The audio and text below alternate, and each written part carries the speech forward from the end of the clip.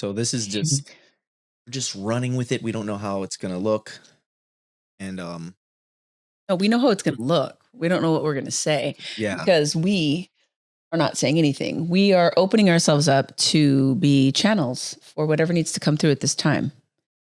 And we utilize plant medicine to assist us on this journey because sometimes the ego gets in the way and it wants to say, you got to say this and look like this because it's a podcast and people might expect this. When really, that's neither of our frequency. I feel like in this world, the way I like for me to even have a successful business, it's like I wear the ego as a suit. I put the ego on, I wear it to its limitations of what it is allowed to do without the compromise of self. And that's how we have to interact, because it's like if you don't have an ego and you try to talk to people, it's like there's always that law of vibration of meeting somebody halfway to like, exactly. Yeah. I like what you said. Yeah. To build a bridge of resonance, right? Exactly. Yeah. Ooh. Let's tee to that. That's right. We're here to build a bridge of resonance. Building bridges of resonance. Yes. Period, period, period. Marketing. Yes. Marketing is natural if you are deeply authentic, right? Yep. And I was just talking about this. How the highest vibrational frequency is authenticity. Oh yeah. Yes. So we're talking about at dinner even. And we were actually doing this experiment. You came a little bit too late for it, but there's an app called Arla. And it allows you to basically measure your aura. And the thing is, the technology can measure EGG waves. So it's like how you can think something and then your phone automatically has it. Right. Okay. So that's what it's picking up on. Yes. So we were all taking our auras, and I know I've been compromised for a while, I've been, everything I going on. I got a newborn coming. Business is still fantastic. Yeah. And my aura came up like 5 different colors. Usually the more colors you have, the less grounded you are. Oh, okay. And I pointed to our friend Kyle and I said, Kyle is the most neutral thing is. And the crazy thing is, it was only because he worked at oh God, what are they called? Morgue. Oh. So he has this way of just talking calm about anything. So like we're having a full-blown conversation and he just throws in like, oh yeah, there was like a femur that like this lady. And so casual femurs. Exactly. But because of the way he's able to stay in that zen on everything, like he doesn't have a high low, it's a steady pace. Right. I immediately told them, I said, he's gonna be the most zenned out. He's probably gonna have a blue aura, and sure enough, his stuff was blue. Wow. And so I'm like, so whether it's true or not, I feel like there is some evidence showing. Yeah. I feel like we should take it after. I would love that. That's crazy. What is it called again? It's Arla. I'll post this for you. I'm not endorsed by them. There's no We're not sponsored. I have no promo we have no code. sponsors yet. We're looking for sponsors. I actually did direct message them. They didn't respond, but it was only because I wanted to give a discount to everybody. And but yeah, of course they ignored me. I know this app, we already know. Either that, it's the government, just period. I mean, the algorithms are the government, in my opinion. Oh yes. Period. 100%. So this is the whole thing. We go over this, and if you guys get the book Transhumanism Transcendence, it's basically the agenda of 2030, where the government wants you to go through transhumanism and wants you to not transcend. So that's the whole thing of AI. AI wants to become human. So the more we focus on AI, the more AI becomes like us, and it's game over at that point. Right. So, yeah, I mean, it's like, it's making me think of these fork in the road moments where I was speaking, I think today when I was on the boat with my friend, about like, everything is these choice points that we reach, right? We're always reaching choice points. Wow, that's a tongue twister. And they know that. They know that is the organic nature of this reality, is to have these choice points. So if they can nudge you to the choice that they want you to make, then that's how they technically control the reality, because by all means and purposes, we are still the ones that are controlling the reality. So in order for them to have whatever agenda they want to have, they have to constantly be nudging us, constantly, because every intricate choice puts us like on a different trajectory, right? Every micro choice. I'm holding my tea instead of putting it there, but there's a version of me that decided to keep the tea up where you put your tea. And they're on a totally different journey than we are, just from that one micro choice. So for me, there's a lot of appreciation for the energy that goes into crafting the control, because it does take so much effort to constantly be manipulating us. Oh my gosh, yes. In every fucking microsecond of the day. And I think that it was always AI to begin with. Has to be. If you think about it, like, I mean, this might insult some people and piss them off, but if you look at how beautiful religion has been written, like, there had to have been some kind of artificial intelligence, because even right now, AI can rewrite the Bible, make it even more beautiful than it already is, and to make it that captivating to mislead you to thinking that it was real.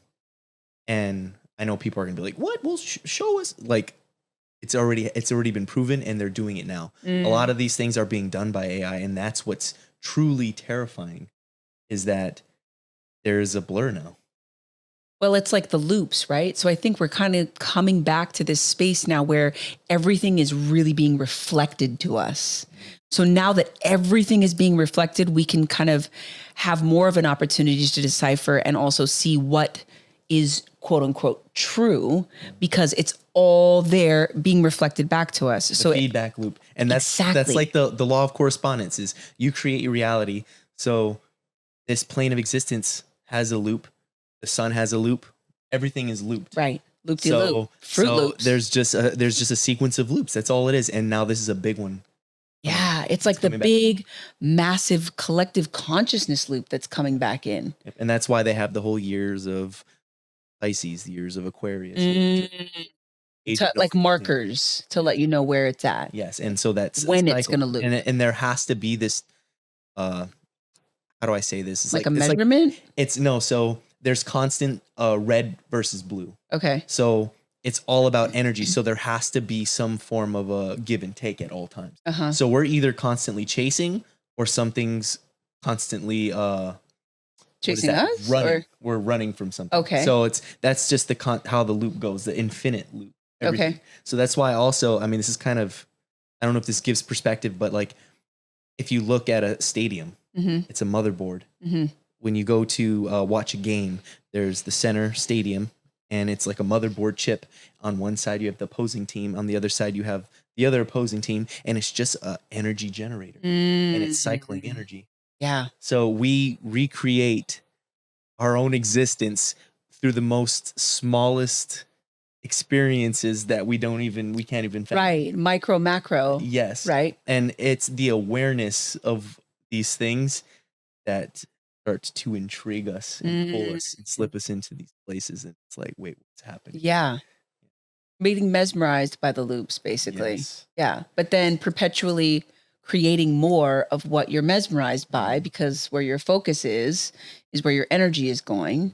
Right. And so then I think about people who are always like, bad things are happening to me all the time, or like, explaining to you their day, and they're saying all this stuff happened. And for me, from the perspective of knowing that these are loops that we are creating, and that our energy is literally creating this perpetual loop for us, it makes me sit back and I'm just like, I just so many times want to say, you created all of that.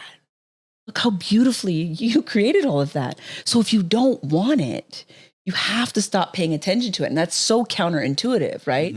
Like going back to the idea of having an ego, it's really counterintuitive to not pay attention to what is happening in your external world. That's why we explain to people it's ignorance. Ignorance is ignorance of the truth. And they're just like, wait, what?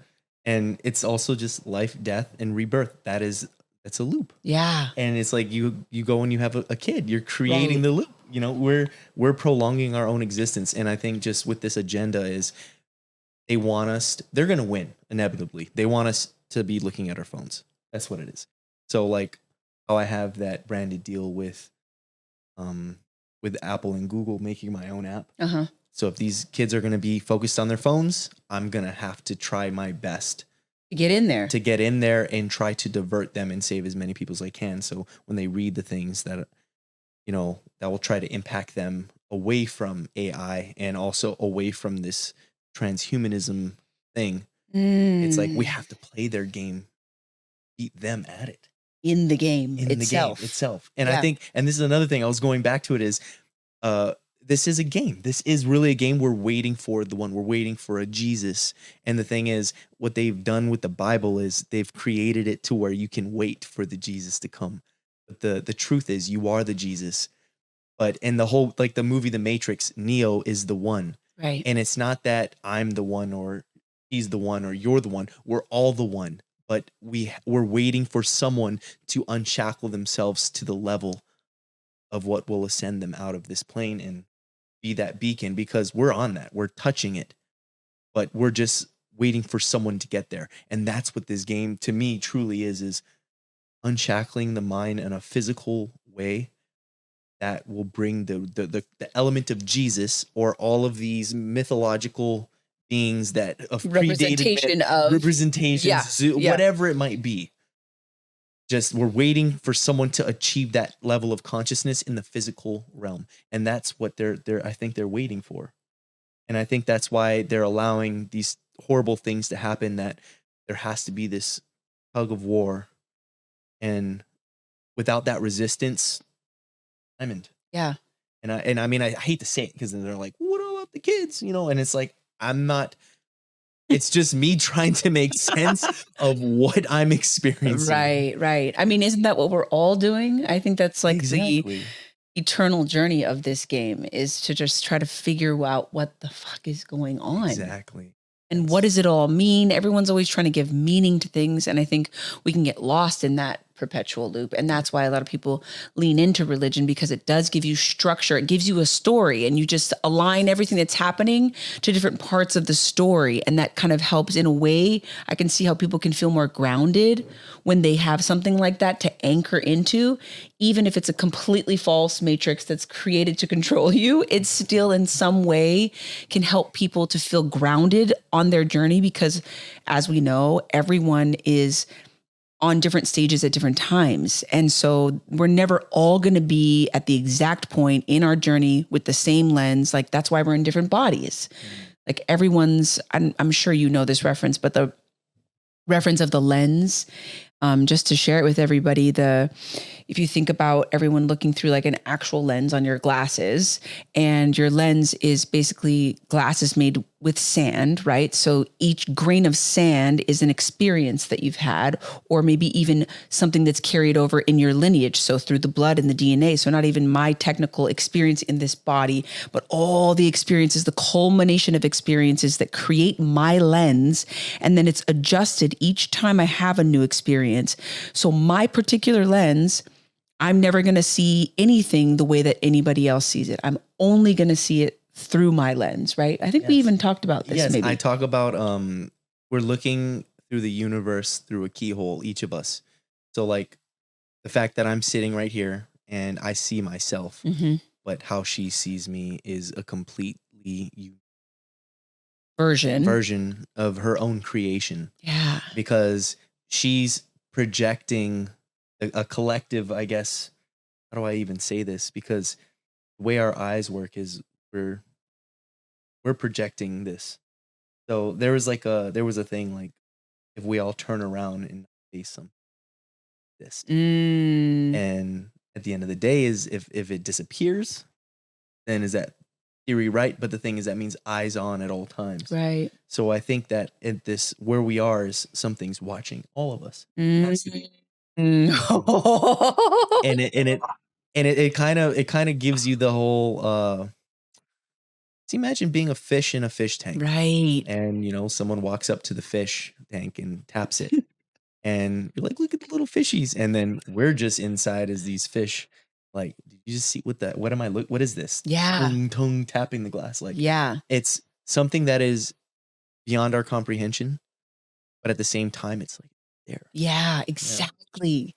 Oh my gosh, that's so funny because I am always thinking micro, macro, micro, macro. We always hear this. The chicken before the egg before the chicken. Oh yeah. Right? That whole inner where we're trying to make sense of it, but like you said, it's so far beyond our comprehension, or even that we can use this language that we use to communicate to actually express what this thing, this existence is, and the understanding or inner standing of it all. And so I think I was in Seattle and I took, not a heroic dose, but a hefty dose of psilocybin. And I just got this message that was basically like, I'm always with you and I'm always watching, and I immediately thought of this idea of us being in like our physical bodies, which is our closest reference. And we have all these cells and all these systems that are doing things and keeping us alive. And we've explained it in books and people have cut us open and researched it, but do we really understand? Like the way that I think about it is like the Minions movie. And they're like my cells are like these little minions, or if like dating myself, Fraggle Rock, like back in the day, like the Fraggles and that whole world of like these little beings that like have a whole world going on inside of us while we're just living our lives out here trying to figure out our world. So who's to say that we aren't the Fraggles inside of something else's body? Exactly. It's right. It's that constant. See, this is the law of correspondence. Okay. Everything corresponds with everything. So okay. When you can study all the religion you want. Okay. You study religion, you learn all these things. And then you get to Sumerian text. Sumerian text is like the most ancient thing that exists. And then you read these things and it says, oh, we're made in the likeness of the 7 Elohim. And the 7 Elohim correspond to the 7 chakra centers of your body. And we're hybrids from the Anunnaki and all of these different things. So yeah, there has to be some form of correspond, because that stuff I can make sense. Yeah.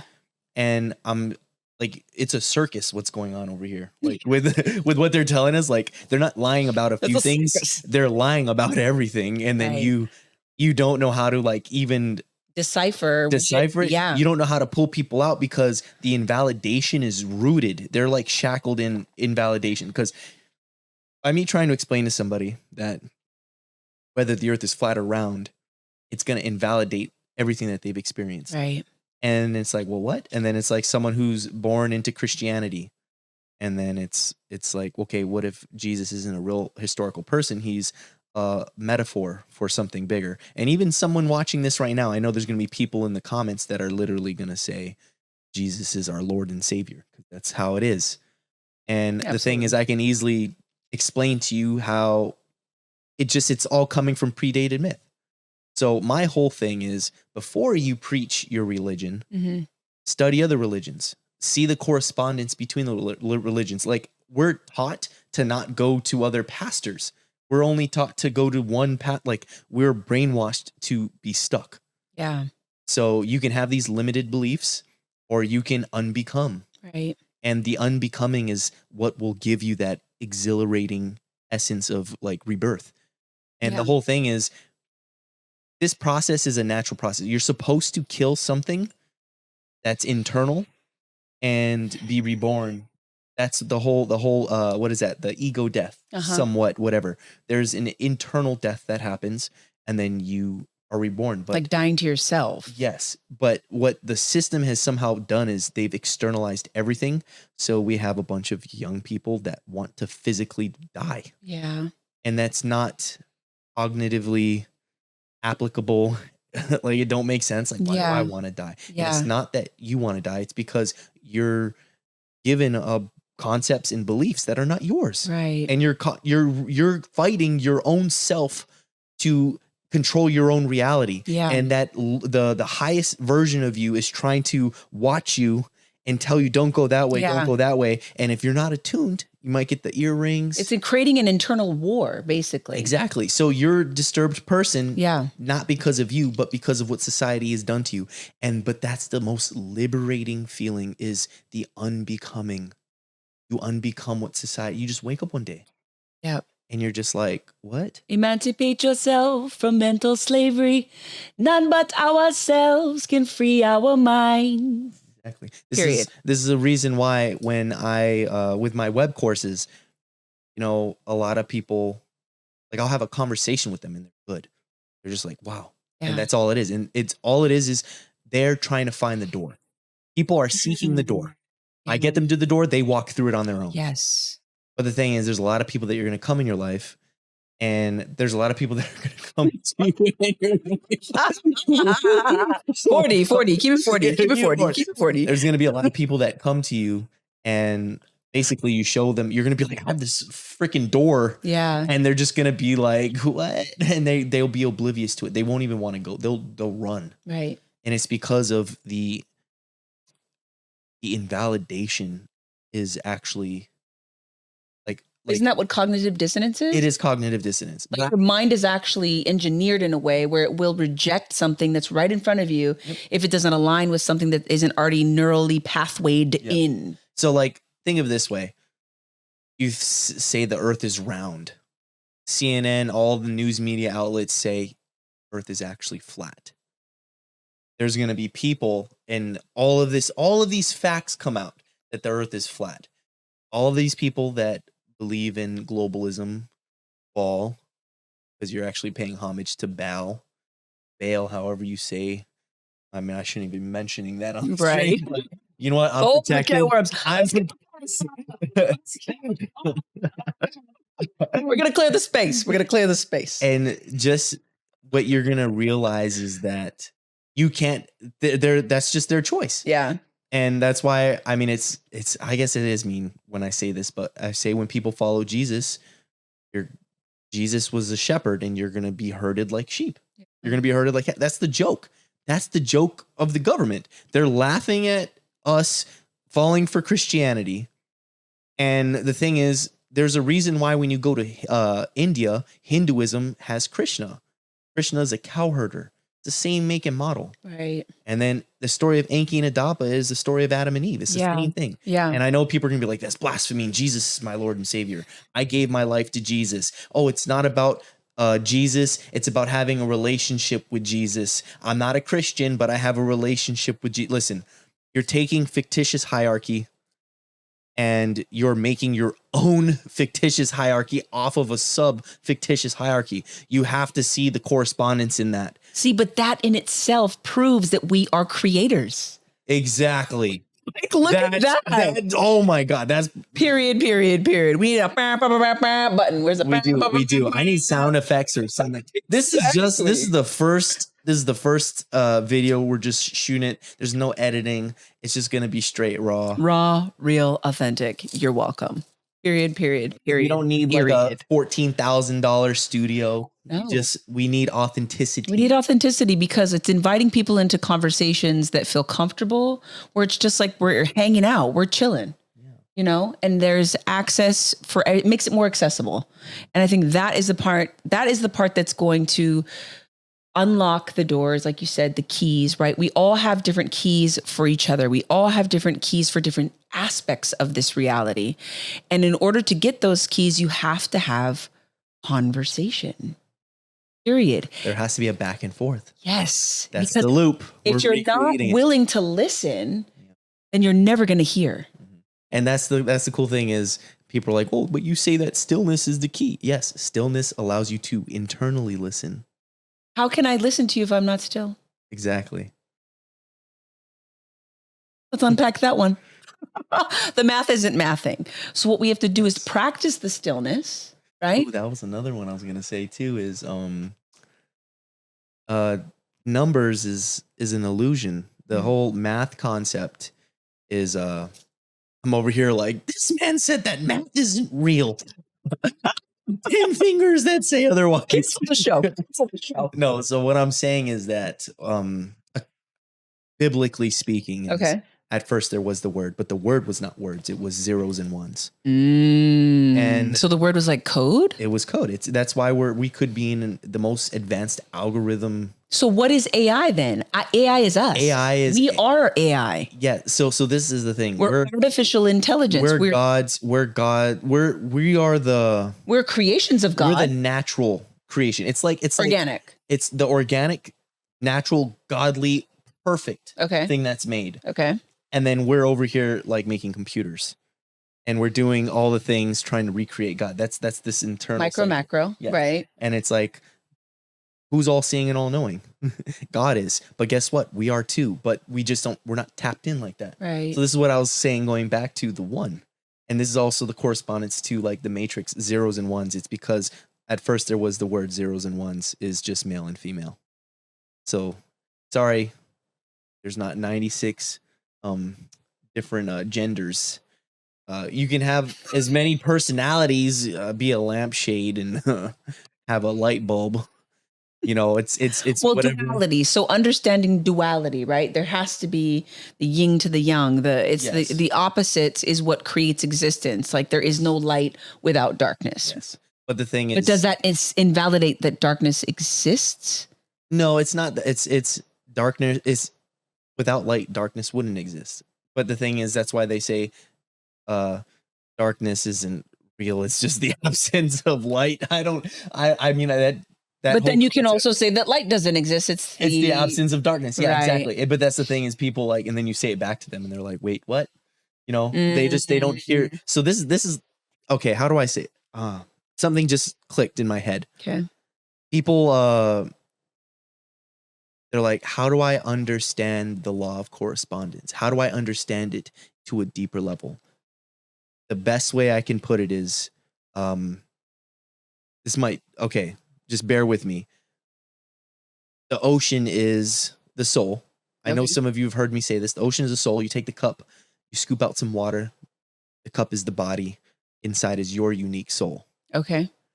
Now, when you die, water goes back in. We're all the sea. We're all source. Mm-hmm. But now this is the thing is when we look at it, say, hey, this is my body and my soul's inside my body. And I'm running around here. But on the correspondence side, you must have this other perspective of what if my body is inside my soul? Wait a minute.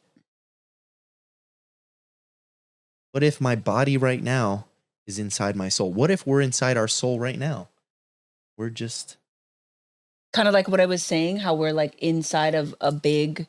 Essentially that too, yes. Okay. So, but it's more than that. It's what if this is the soul and we're just like, that's why we have this function of just, I don't even know how to explain it really, but there's a corresponding, I don't know if you can see the picture of what I'm painting though. I'm trying to see it. But do you see how there's two sides of everything? Right. And we have to have some form of like optimism of like, when I say it's beyond our comprehension. They're not mutually exclusive. Yes. So like I could be right now, I could be my body.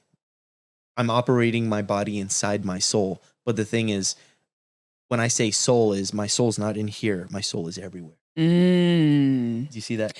Yeah. I mean, I've heard it described by Savan Bomar about like our soul is being projected because if everything is light and frequency, right? There we go. Our soul is being projected into the body. So technically the soul is the all. So it's out. It's technically for us to comprehend, it's external, but these bodies are inside of whatever it's, you know, the locale, the location in which we're being projected into. And this also plays homage into, is that even the right word, homage? Sure. This is why your thoughts are omnipresent.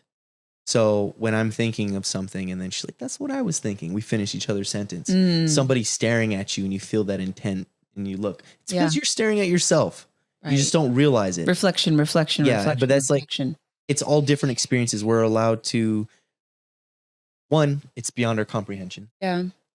But it's, of course, we're struggling to comprehend it at all times. Yeah. It's something that's right in front of us, but yet we can't grab it. Do you feel like that is a conditioning? Like, okay, you have a new baby that's coming in and it's always so fascinating to me because it's like every time a new baby comes, I feel like we have this opportunity to like not condition them with all the programs, like see if we can create this little like cocoon of like safety to just see what they come in with without influence. Yes, I'm very excited. I'm very excited for that because I know he responds to me without words. Right. Straight thought.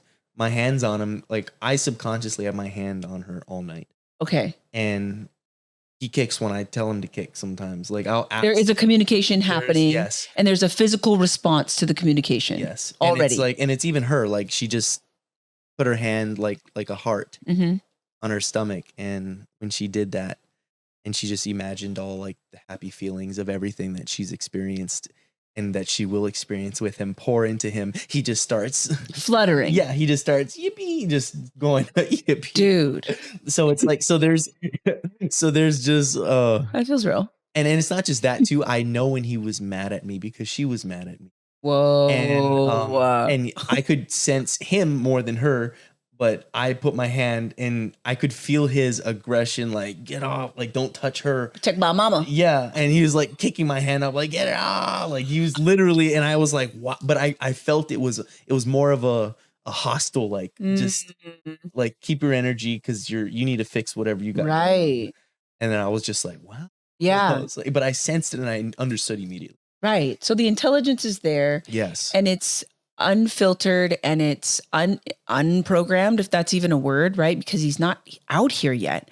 So then what are we missing? Because the way that the reason I'm bringing it up is because of our lens, like I was talking about earlier, we have programs and we're just doing a lot of work to decolonize our minds, to unprogram, to break the shackles. Yep. We have to do all this work to basically go back to how we were originally, our most organic state. Mm-hmm. So in that sense, I know that like school systems and everything is conditioning to tell you what to think and to take you away from how to think, right? Yes. I can add to that. Please. So what I explain in is understanding the law of awareness. Mm-hmm. And in the law of awareness, no action will come from a non-belief. So if I don't believe that I can do something, no action will ever go into my life from that energy. Okay. So if I don't believe I can lose 20 pounds, no action will go to that. Right. Because of the belief. So now get this. In the law of awareness, whoever gives you your beliefs and concepts control your actions. So at the end of the day, when you wake up and you realize that somebody else has given you your beliefs, they've given you your concepts, and they've been dictating your actions. And I've said this before, and this is why when you say someone's brainwashed, you're like, you're brainwashed. And they're like, no, I'm not. And it's like, who gave you your beliefs and who gave you your concepts? Right. And then they're like, oh. It's like, and then they realize. So the whole thing is limiting beliefs is the illness. Is the zombification of our society, because the conclusion is having a belief is actually detrimental to your experience. It's detrimental to your reality. You believe in Jesus.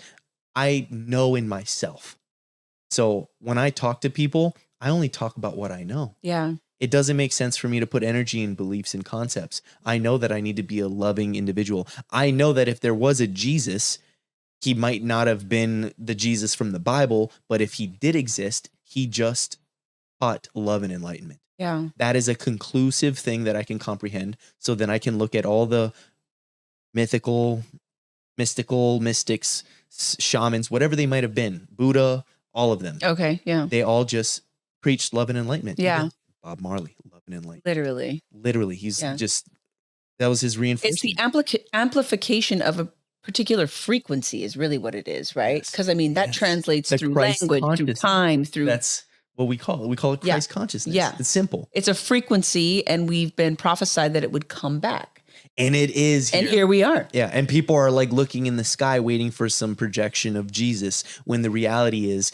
it's you, right? And it's you becoming conscious of your actions. So the thing is, people want to blame something and not be accountable. Mm-hmm. Yeah, the responsibility factor is a big part of it. And this is kind of what set a lot of people off when I said this. And I said that if I went to a Walmart and I got shot and killed there, it would be my fault. And the reason why it would be my fault is because we are all seeing and all knowing. You ever get a gut feeling that something bad's going to happen, and it happens, and you're just like, oh God. It's our jobs to listen to the higher intuitive parts of us. It's our job to keep our temple clean, abstaining from meat. I'm sorry, no matter what you say, it's a non-negotiable. God, whatever God is, God's source is love and enlightenment, pro-life. There is no death. And I feel like to find that element is just, it just creates controversy, invalidation. Well, you know what? Me having a kid and like, let's see the natural things. My son's not going to like come out of the womb and just want to go kill an animal. You see, there was a natural way to live, and we've been brainwashed with.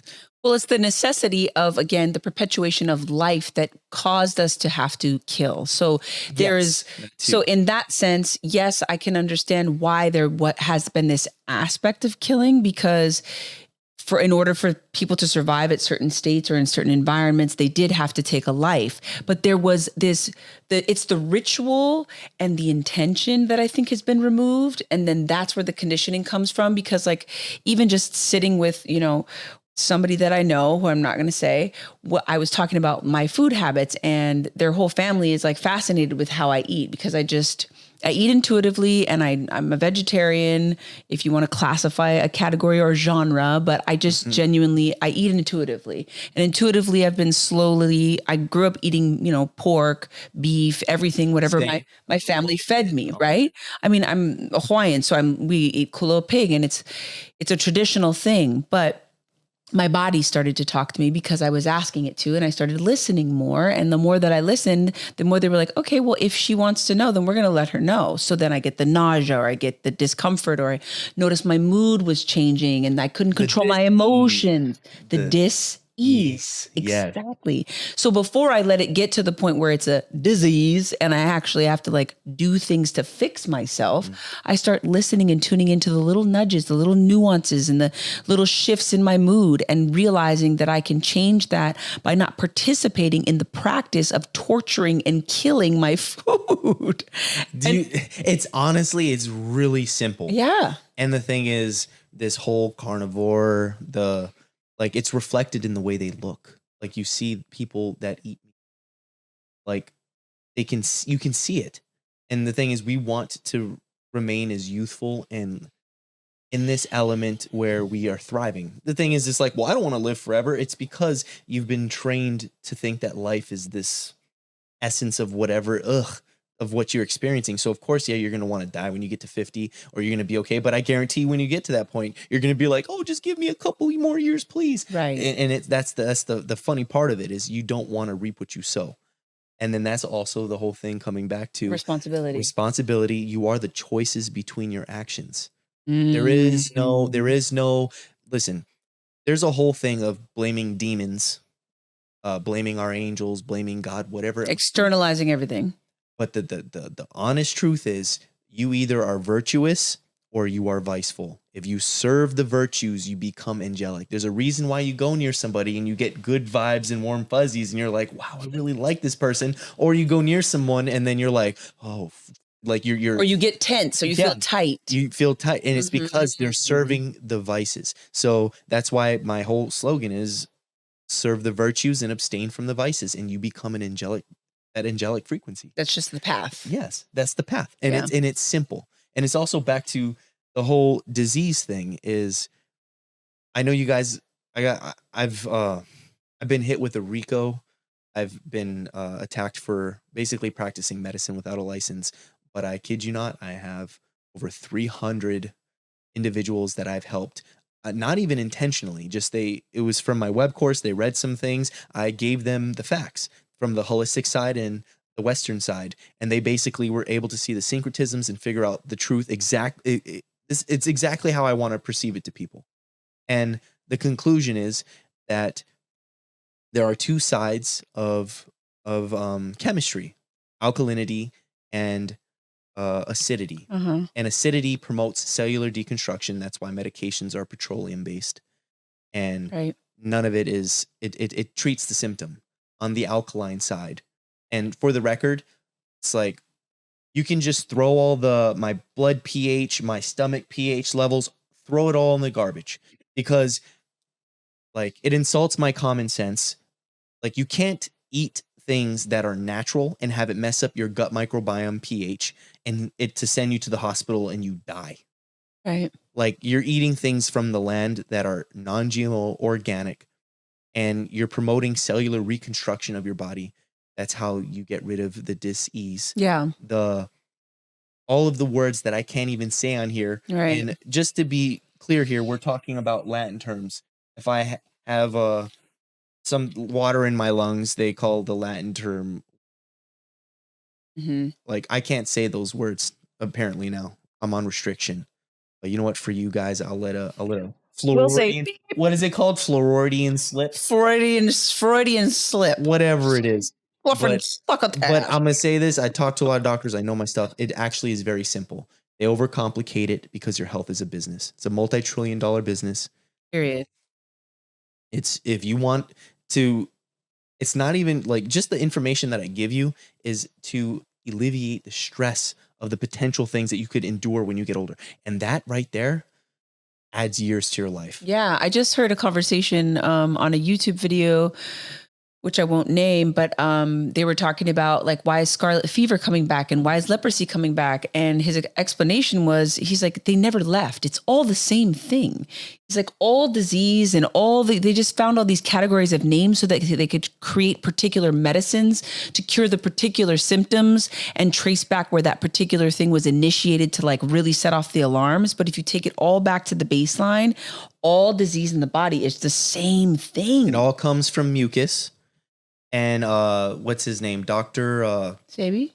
Not just Dr. Sabi. Because I got fact checked and I had an article written about me from Facebook. Oh, congratulations. Telling me that I was I was made it actually. I know, well, they were saying that I was promoting misinformation about how all diseases don't come from mineral deficiencies. You have to understand a disease stems from mineral deficiency because organ functionality comes from how much minerals your body has. Right. So just or how much mineral access you really have. So if you guys look up Dr. Linus Pauling, he is he's a Nobel Peace Prize winner.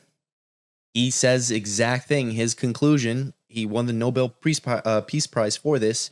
For his research. For his research, all mineral-based. All diseases come from mineral deficiencies. Wow. 100%. And this is why I explain to people that you don't need vitamins, you need minerals. Yeah. Because if it's a vitamin and it's on the shelf, it's a petroleum-based synthetic thing, and most of it has hydrogen cyanide cobalamin. You have to understand this.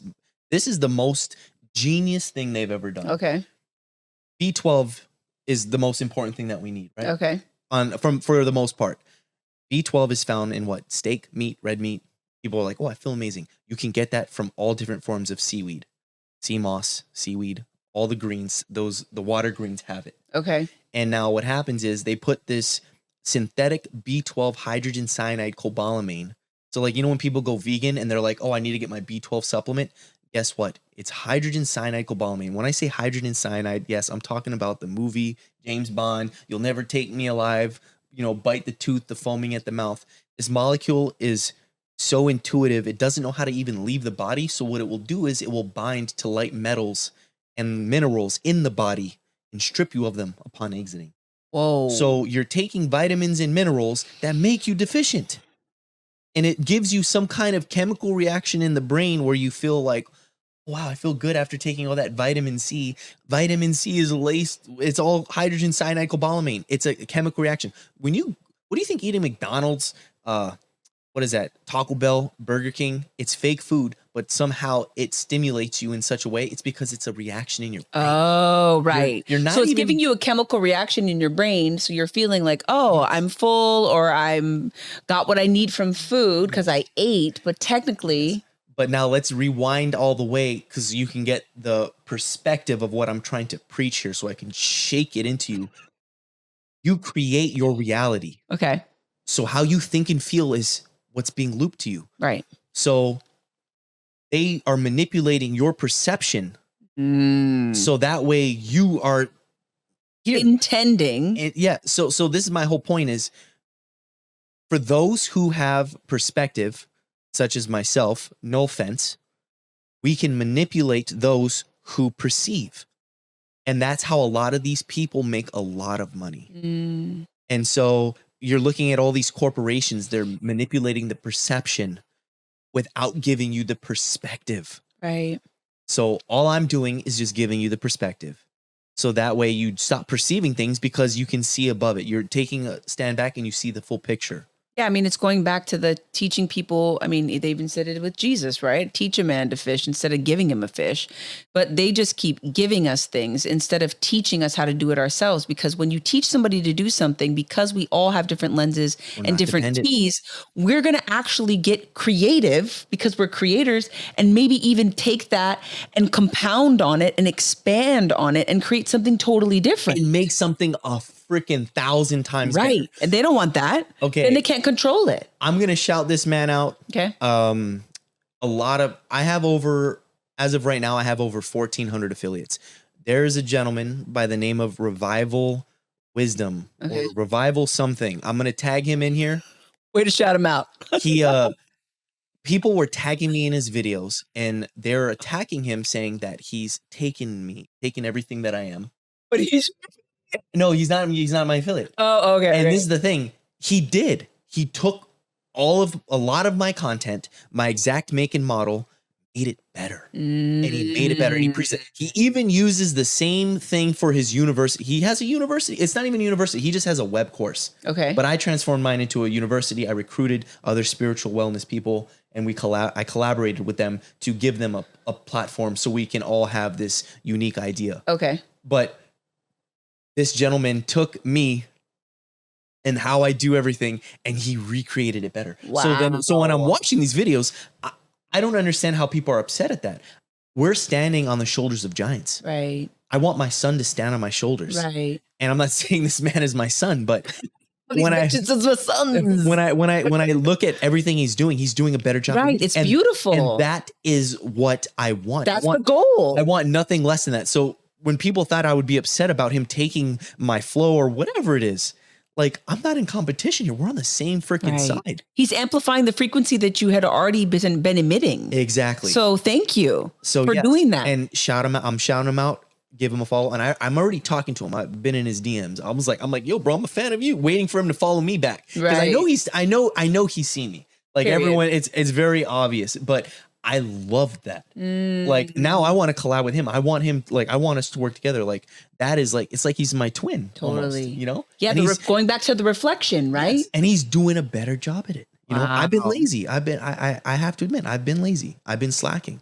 And this man, like, Thank you for, it's like the relay race. Exactly. You handed him the baton and he actually ran with it. Oh, he did. And so now we can all win the race. I think it was in less than a month, he got like 270,000, almost 300,000 followers on Instagram, on TikTok. And on Instagram, I think he's at like almost 100,000 followers or something like that. Yeah. And I'm hoping by the time that this gets to you, that you've already dusted that and you're even further beyond. Marketing, period. Because the whole thing, I'll be honest, I'm going to say this. Okay. I want to spew out as much as I can, as much as I know, and you guys to make it easier to digest and ways to communicate it. So that way I can just relax. Like, I'm tired. I'm trying to relax. I'm tired, man. I got a son coming. Yeah. And it's like, you guys they're well off, like 1,000. I have 1,000 affiliates, and I'm like watching some of these, like, I got 13-year-old kids that can edit content 10 times better than I'll ever even. He's just like, yeah. And then it's like, they're doing it for free. But I try my best to just, like, I know you guys see my university and how it does bring in a lot of money, but I'm telling you, at least 30 to 40% of it actually goes back to the affiliates. Yeah. Which is so beautiful, and which is also the deconstruction or the decolonization of our minds, which is the lack mentality, right? Because if anybody's trying to protect anything, it's because you're tapping into the lack frequency. It's all infinite. You can't take anything from anyone if everything is infinite. And you can actually see these things. Like, I'll be real though, when I look at day traders. Okay. And this guy makes $200,000 in a day sometimes. Like, I was watching YouTube videos on it, and I'm like, you know what? Like, I would love to make a little extra money. I mean, I'm making good money regardless, but it's like that. I think that's how we get tested. The universe tests us, you know, and I feel like I'm trusted with all the money that I'm getting now because God trusts me, or the universe trusts me to do positive things with it. And it's like, I'm sure I could get more, but then will I destroy myself in that process? Well, God is where you. Exactly. You have given yourself permission to acquire a certain level because you have built enough trust with yourself. You know what? That is having the, how do I even say it? The arithmetic or the algorithm to become self-aware of that process is what will allow you to become a master manifester. Right there, having that. And the thing is, I do take a back seat sometimes, and I do give this power to my highest self, and I ask him, because it's like, that's a powerful seat. Like to have to do all the things that my higher self is doing right now. Like for me to simulate that. Yeah. Like I have to be ready for it. And the thing is, I do feel undeserving. Like I'm not ready to be in that presence because I'm somewhat unworthy, but it's just a lack of the mindset. Well, that's again, know thyself. I mean, that is the whole work. Like you were saying that experience, if you want to share about the deprivation tank. Oh yeah. Oh my God. Right? Okay. So what a perfect example. That is a perfect example. I did a deprivation tank experiment. I took some shrooms and I did the tank, and there's a video on this that explains it so well, but I had my mind, body, and soul split, and I was the soul communicating with the highest self, and I was explaining to my past self, or this other, the physical form of like, I should have all the information, because like we all channel information, and I know things, but something's preventing me from receiving more information because I'm not necessarily ready. And I have this urge, like I'm doing all the work. Like, just let me know the things that I need to know already. And I feel that. I'm like, I don't need to feel anything because he feels everything for me. And then my highest self says, well, that is you. You do feel. And then I'm like, and like, I'm crying. And like all of us come back together type of a thing. But it's just that whole experience. It's of being the separate selves, but also you are all the selves. It's the same thing that they said in the Bible, right? The Holy Spirit, the Father, and the Son. Yes. The Holy Trinity. Yes. It was basically explaining what our existence is. It was showing us exactly who we are. And now people are going to be like, well, then you say the Bible is the real thing. Then why don't you... Listen, the Bible is metaphysical. We didn't say that it's a lie. Yeah, we're not saying that it's a lie. We're saying that there's a lot of truth in its profound. They're controlling the perception of it. Yes. And it's not giving you the perspective. Like, think of it this way. The Bible endorses slavery. It does. Let's start. It's completely. And then it's like, not even that. It's like, okay, well then if the Bible is factual, then we all are born from incest. Right. Because we all came from the mountain of Caucasian, where Noah parked his boat. And how dare you mock Noah's Ark? You know, it's like, and it's like we're all born. Like, do you see it? It's like, and if you read the original text, like it tells you to pay taxes. It says you have to pay Caesar what Caesar is owed. If you can find the Latin text just says if you owe someone money, you just pay them. Right. It doesn't say anything about paying Caesar what Caesar is owed. Caesar? Who's Caesar? Yeah, who's Caesar? I don't know Caesar. It's like your cardinal. Like, what is Period. it? No. The pastor, like your tithing. Like, listen, it's giving great nothing to give to, feeling like you're like, I don't even know how to explain it. Like, it's explaining the giving frequency is what it's giving, and an exchange where there's an exchange that needs to happen. So the responsibility is you give to receive, you receive to give, right? Again, the loop has to happen. I'm like stumbling over my way. Because it's so much information. And again, this is also an example of how difficult it is to like sort through the things and decide what is what so that you can feel each thing and feel the resonance so that you can know what is true. Or know how to pull the truth from within the lies, because it's all this game of like baiting you in a certain direction with the truth, like a little piece of the truth. Yep. But then I'm actually going to make you think this about it. And so this is what we perceive, the whole thing, the whole chunk that was fed to us with a little bit of like a dollop of truth raspberry jam is in the center of the cookie. And we ate the whole fucking cookie, thinking that the cookie was the thing, but the prize was the little jam. And you barely paid attention to the fucking jam, but that was actually the only thing you were supposed to actually get from that. What I explain to people, you're going to miss all the stars just paying attention to the moon. Right.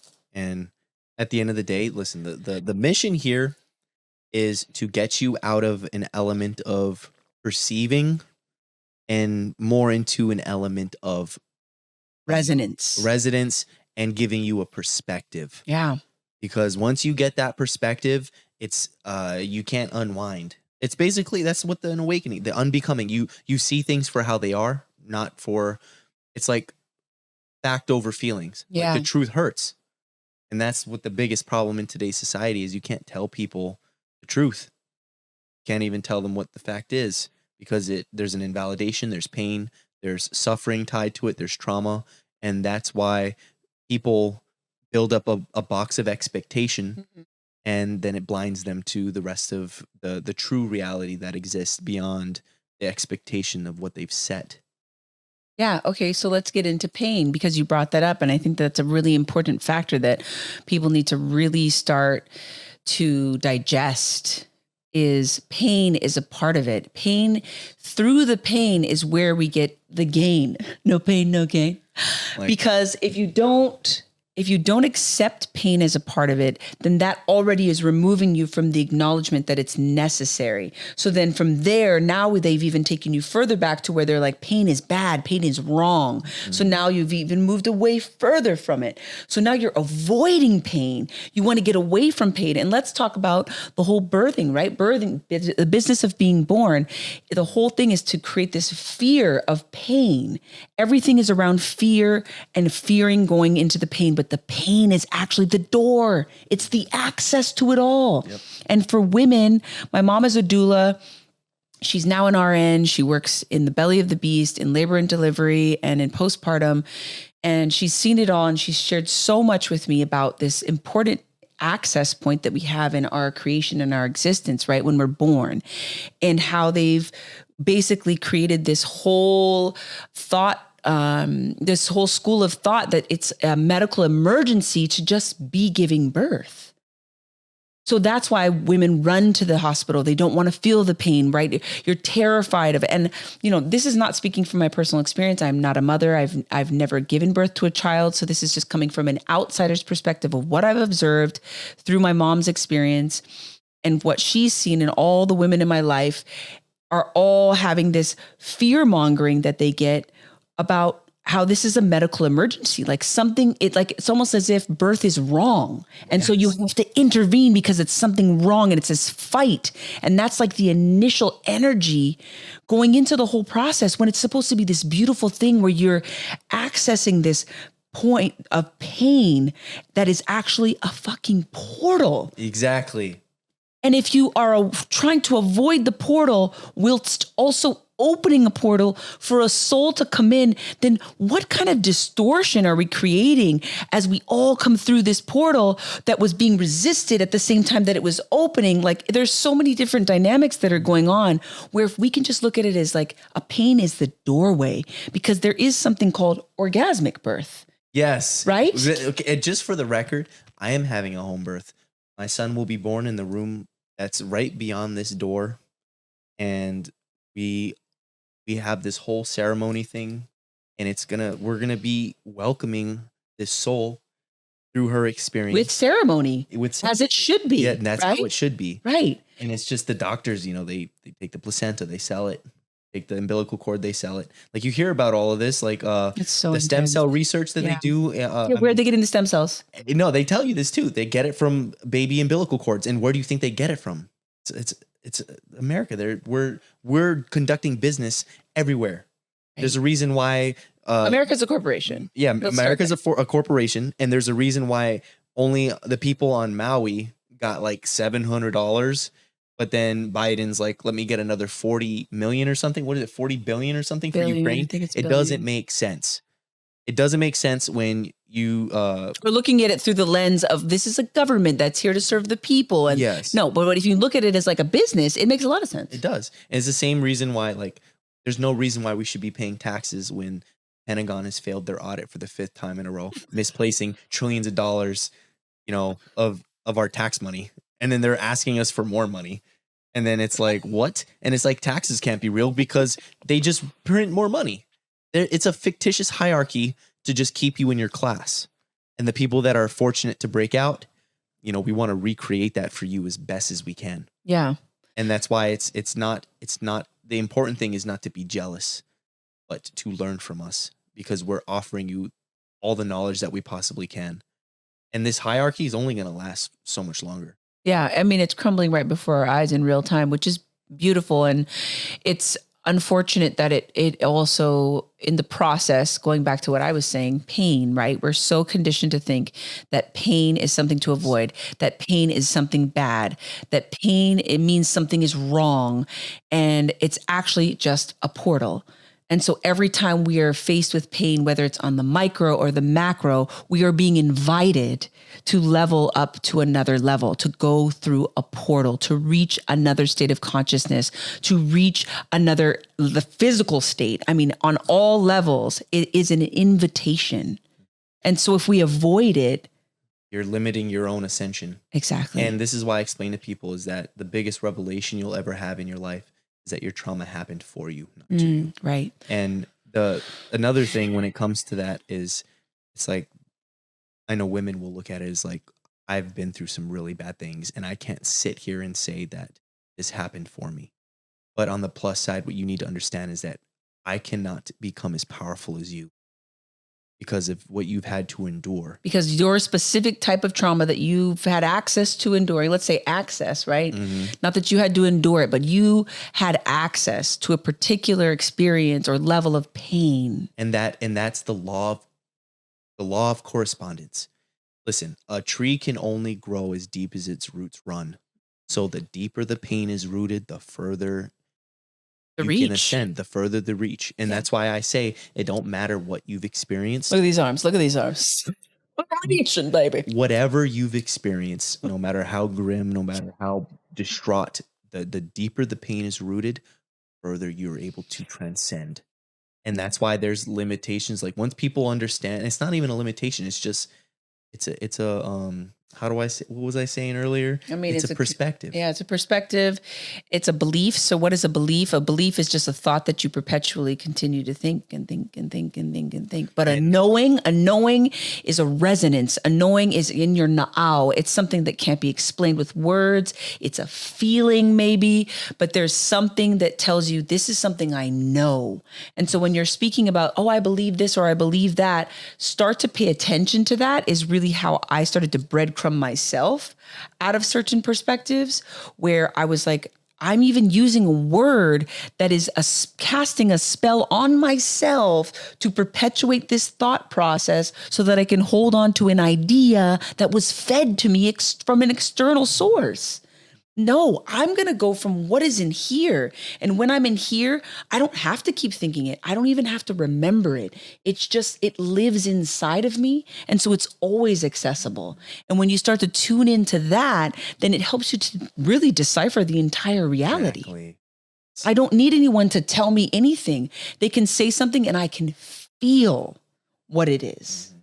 And even if it's conflicting and almost opposite of the words that they're using, there's something inside of me that's going to tell me what is truth.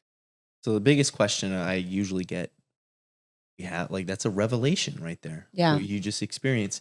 People are like, how do I get from here to there? So the way I explain it is it's the same, like I keep things simple. And it's the same concept when it comes to me manifesting my reality.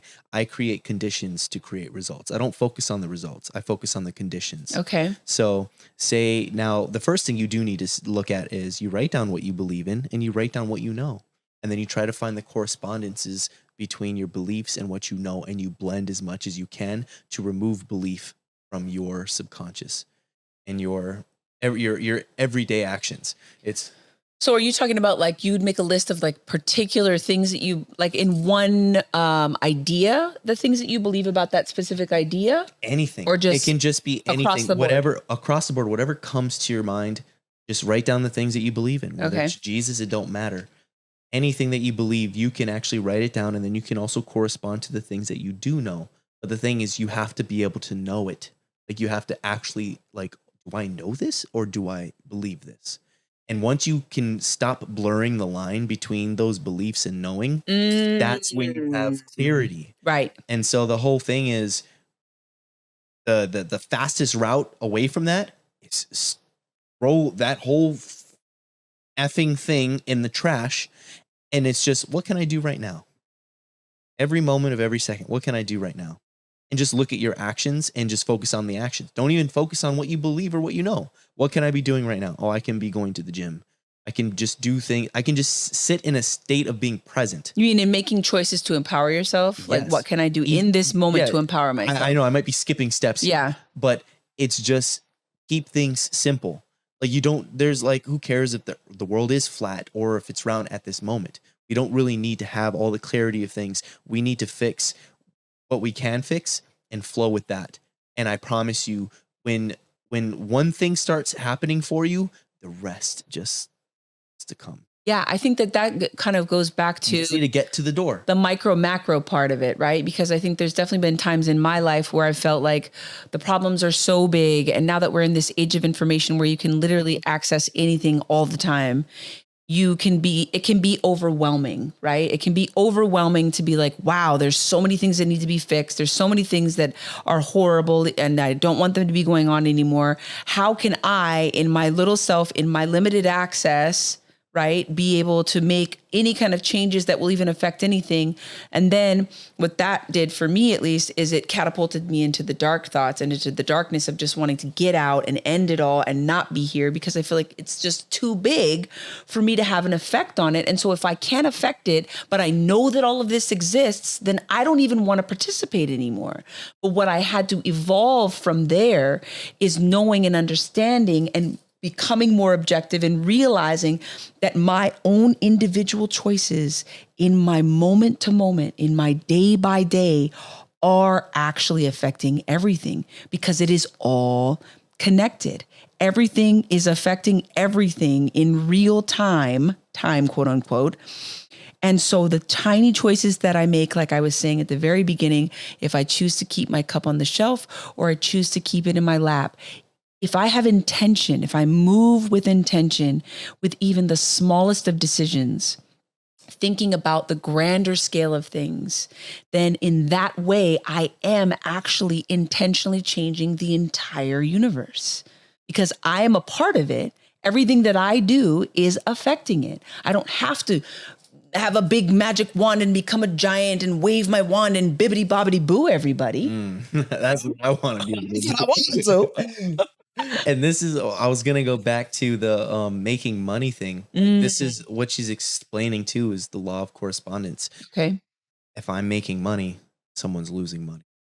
There's always someone getting rich and someone's getting poor. It's just, that's the law of correspondence. Now, this is also when I was going back to people are day trading and they're making $100,000 a trade. And I was day trading crypto coins at this point a while ago. And what I realize is I'm taking from my own people. I'm participating in theft.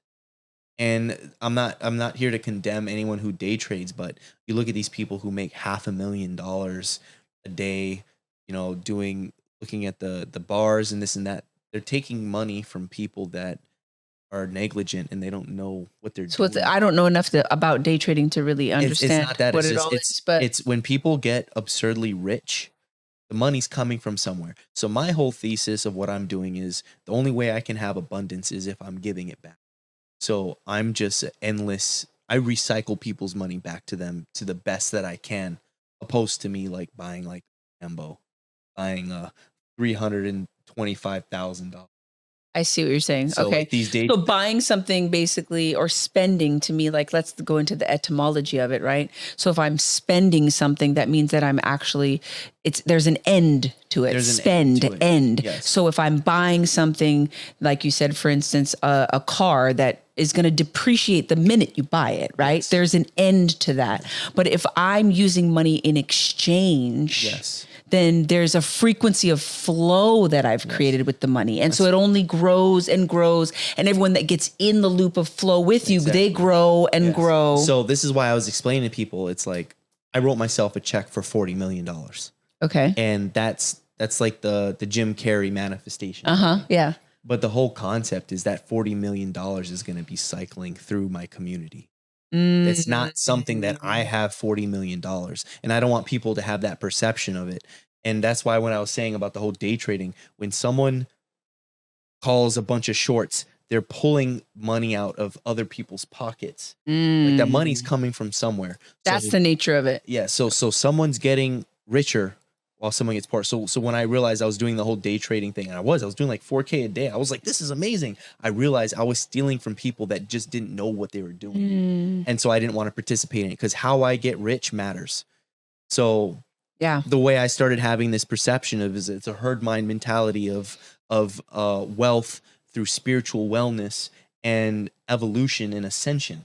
So it's yeah, I can say it's a herd mentality, but it's all of us being like-minded. I shouldn't use herd mentality. We all are like-minded individuals, and we're all trying to get from point A to B. So by me pulling all this money, I'm giving you guys knowledge. You guys are paying me money, and in return, I'm actually giving you money. I'm paying you to spread this knowledge.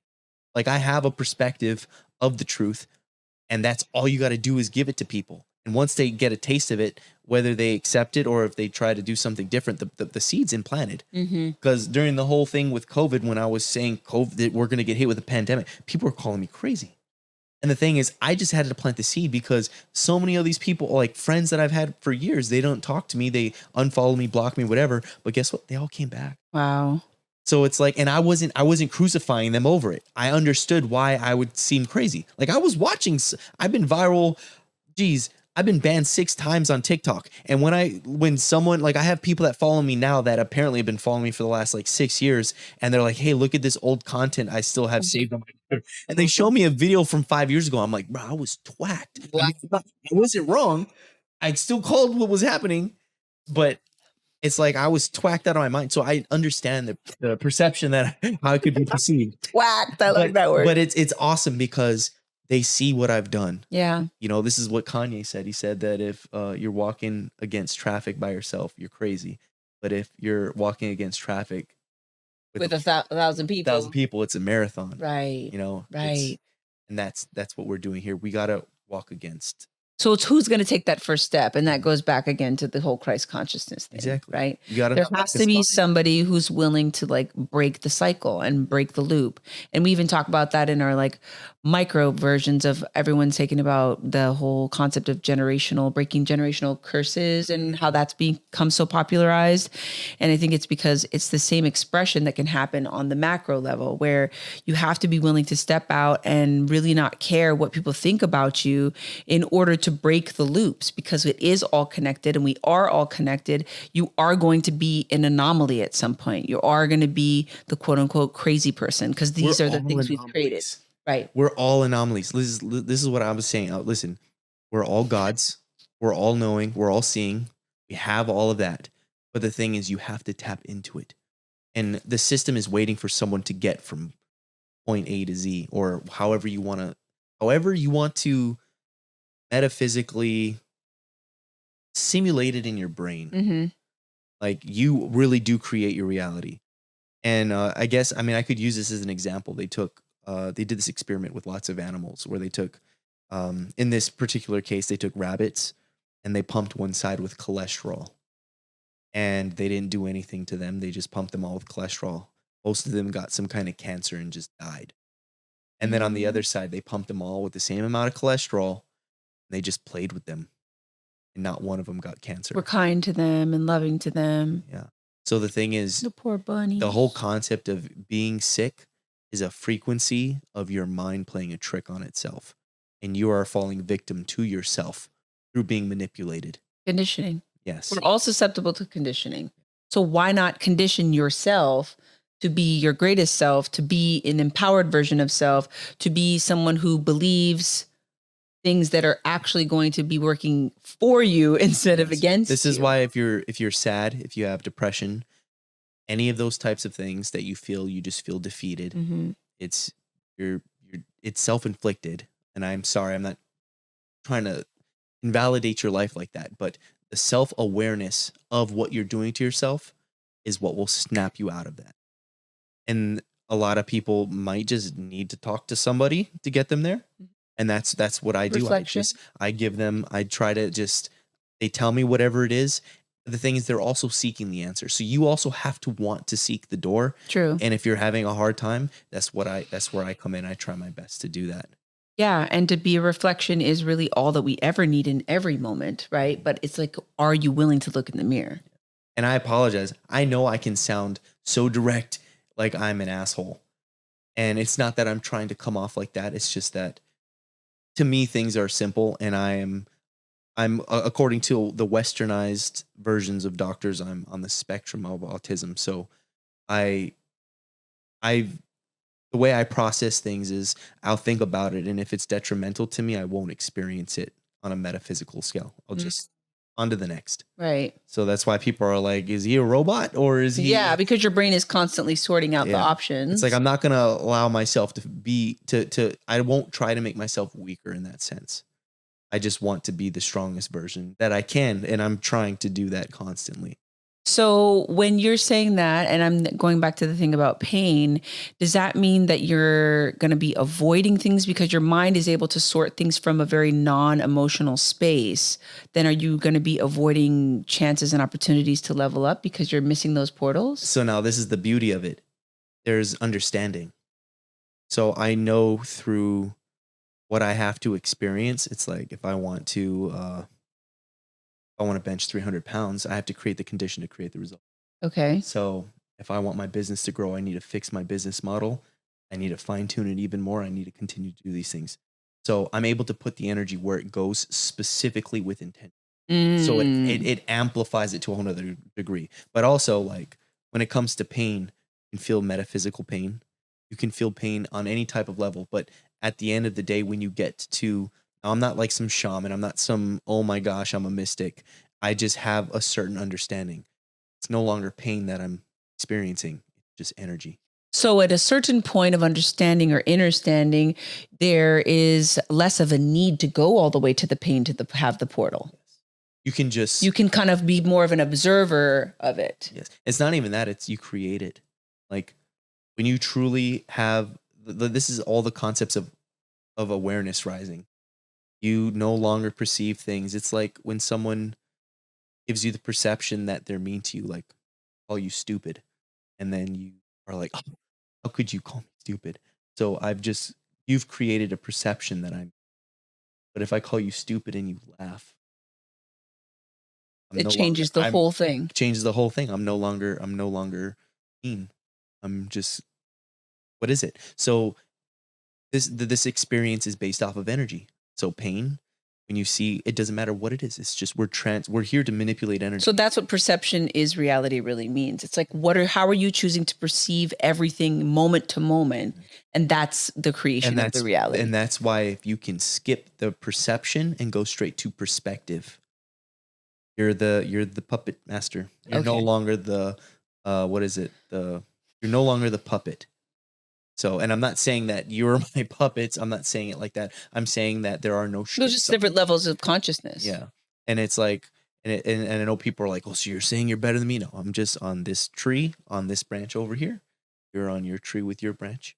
And when I say that there's no strings on me, it's that I have unbecome myself enough to understand what this is, to where I can create what I want for me and the people around me. Do you feel like there was a certain point that like it clicked? Because I feel like a lot of people will always wonder, like, again, the journey, right? The best way for me to try to give an understanding that is a metaphor that we can all relate to is manipulating the physical body, right? Mm-hmm. So I've been an athlete a lot of times in my life. I've been a personal trainer, a yoga teacher, a spin teacher, like all the things. So I've manipulated my body and watched how you can manipulate your body when you, like, again, you said create, how did you say it? You create the circumstance for the... You create the condition. You create the condition. Create the condition to create the result. Yes. So you just focus on creating the conditions, and then the result will formulate on it. So there is no effort in the result portion of the show. Yeah. It's just continuing to create the condition. Yeah. So if I want to bench 300 pounds, I don't focus on the result of getting to that point. I just know that if I stay on this specific path, that will automatically happen. And then it's, guess what? That's no longer results. I'm on to the next. So in all, you can just create conditions to constantly be ascending. Okay, so let's take it to something that's applicable to money, because money is such a huge factor in everyone's life who's in this game right now, right?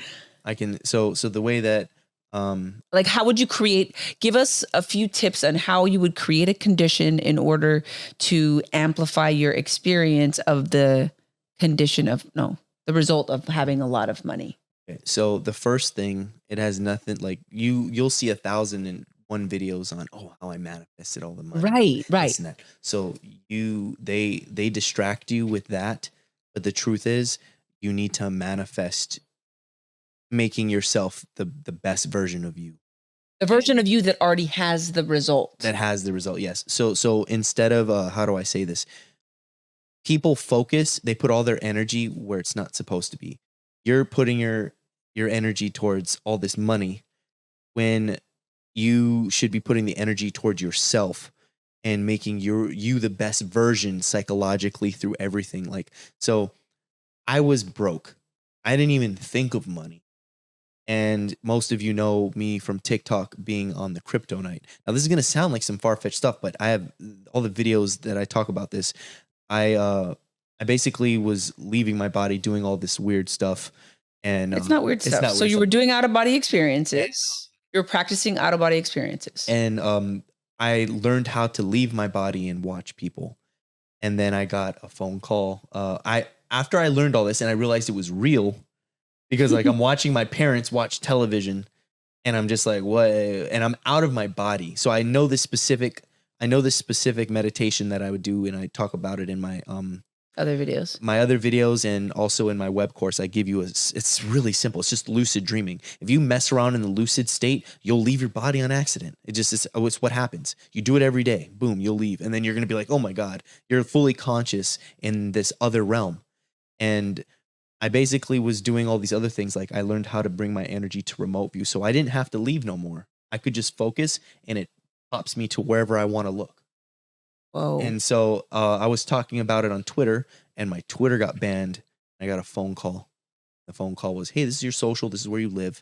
You teach us how to do what you're talking about. We will trade with you in the information of, we'll deal with you in the currency of information. So of course I'm like, I need money, because I kid you not, I filed for bankruptcy. I was in a 4-year lawsuit with AT&T. And when COVID hit us, they just settled. And I got like maybe 1/10 of what I was supposed to. Wow. And I was like, it's COVID. What else am I going to do? I can't sit here and keep fighting them. Right. So I just took the loss. I filed for bankruptcy. I mean, $60,000 in debt, like gone from a bankruptcy. I was like, wow. And then the next week, all of this stuff happens. This is before the organization even reached out to me, but I'm leaving my body and I'm seeing things. And I was a pro video game player at the time. I was big on Twitch. I literally give away my gaming setup. And I just start going raw vegan, start fasting, and I'm just leaving my body every day.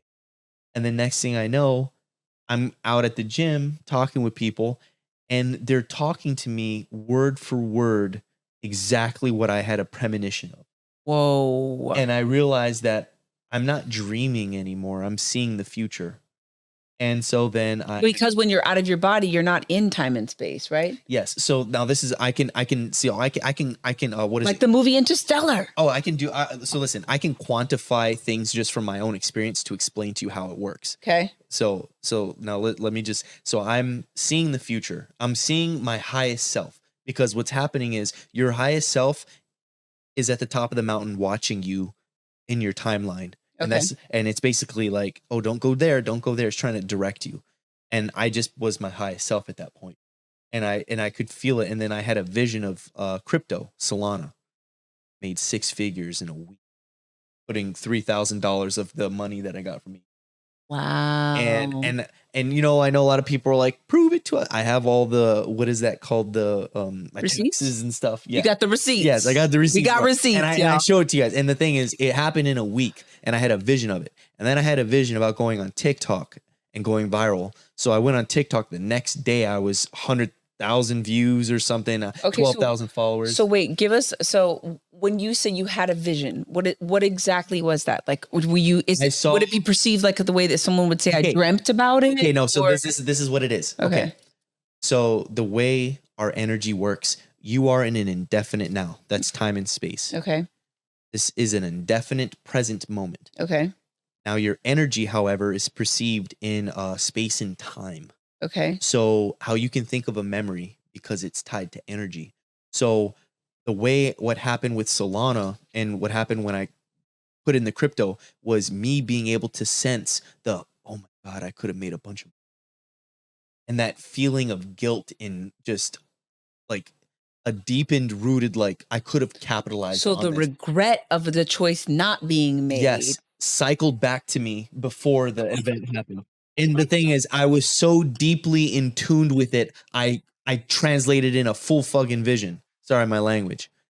So I had a vision of it. Dope. And it didn't stop there. I had profound things happen consistently. So I'm not lying when I say this. If you correct your temple, and I apologize, you have to abstain from eating meat, you can create a condition to make it to where you can see the future. And the way I condition myself is I talk to myself yesterday every day. So my condition is I talk to him yesterday. I say, hey, today was a really good day. I could have done these things better. I basically explain myself to how my day went and what I could have done better. Are you talking about an actual physical conversation? I'm talking about a physical conversation. I'm sitting with myself right now and I'm talking to myself yesterday, whether it's in my mind, I'm speaking to him, I'm sitting down with myself. Okay. And I'm speaking to myself yesterday.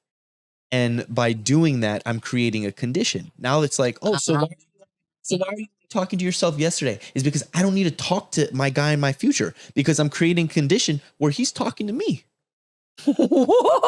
So now the energy, you created the time loop, so now the loop exists. Yes. So now all throughout space and time and space, that loop is going to be feeding back to you the information that you want and need to access from yourself. And so guess what happens? I'm in a constant state of never being doubtful, never being afraid, never anything negative. You don't. And are you talking about like even in your wake state, like from moment to moment, like right now, even right now, you know how this podcast is going to end. Yes. Because you can already perceive it because the loop, you've already created the conditions. Yes. But now this is the thing though. And then it's like, I can look at it the other ways. I'm just creating it. Am I creating it? Am I just right? Egg for the chicken, chicken for the egg. This is the whole process of what I'm going to explain to you. Your body has autonomic functions that you're not conscious of. So when I say I'm manifesting, I have now become self-aware of the autonomic functions. So now manifesting is not just manifesting, it's sting. So does that mean, okay, let's go to the aspect of free will. Is there will? Is there free will? Or is everything already mapped out? Nothing's and we're just tapping into... Anyone who says things are written in stone, I will say that God being all knowing, all everything, as it's being projected, it's all knowing because it's an energy that's actually being projected back at us. Okay. So yeah, it's technically written in our own eyes because we've projected it. So it's already happened. It's already happened. So we just have to tap into the frequency of what has already happened. But it's not just what's already happened. I can recreate in different ways. Okay, that's the part I want to get into. So the way our minds work is your experience. That's what deja vu is. Okay. You're experiencing what's already feedback happened. loop. Yes. And then so if you get into that constant state of deja vu, I know it's deep. It's deep. No, I need this. Keep going. And so that constant state of deja vu is what gives you, that's the God mind. So is that where you feel like you live right now? I can prove it by just simply measuring my brain waves. No, you did it the other day when we were at dinner. Yeah. And the whole numbers thing, isn't that the same concept? Yeah. So she had picked a number 1 through 1,000, and I didn't just pick it once, but I picked it twice. And now this is the stupid thing: is that people are gonna be like, "Oh, he's I typed it in my phone. I have it in my phone. You said type a number in your phone 1 to 1,000, and I guessed it twice. Now the thing is, if you go to a baseball game and no one hits a home run, does that mean that home runs don't exist? That's not necessarily the best metaphor for what I'm saying. Okay. So if I had gotten it wrong, then what? Right. You see what I'm saying? Right. But the thing is, I did. So there has to be some sliver of something of it being real. Right. So because of that concept, I now know it is real. It's not I believe that it's real. I know it's real. Okay. So I have to find the conviction in myself for formulate my mind into a way. So, but no, I have. Whoa, wait! I'm getting it. I'm getting it. So I have a brain graph that I wear, and I can switch my deltas and my alpha wave straight into being dominant, and I can sit in the alpha state or the alpha brainwave state, and that's creation. That's what they say is creation. Right. Whether it is or it isn't, I don't know, but I'm obviously doing It's something. what they say. It's what the people say. Yeah. So then it's like, now if I want $1 million by the end of the month, but the thing is, I have to do it my own method. I'm morally how do I say resistant? This? No, if I want to make $1 million because of my own laws, you're morally restricted. I'm morally restricted from doing things because it is accessible if you're willing to just do whatever it takes. Exactly. I can, but because of your own, because of my own subconscious restraints. That is actually the only limitation that exists. Because I don't want to compromise myself. Right. And the thing is, myself knows myself, so it won't. So that's why some people have a hard time, because there's a certain aspect of them that might need to compromise. Period. Yeah. Like I could easily make an OnlyFans tonight and make a lot more money. Yes. Than I have access to at this current moment. Yes. But because I'm not willing to make those specific compromises, I'm creating a limitation in my access. Yes. So how do I then create it from within my limitations, but still have access to things like, for instance, creating $1 million by the end of this is going to upset a lot of people. I love it. Let's hear it. But when you do the inner work, you'll know.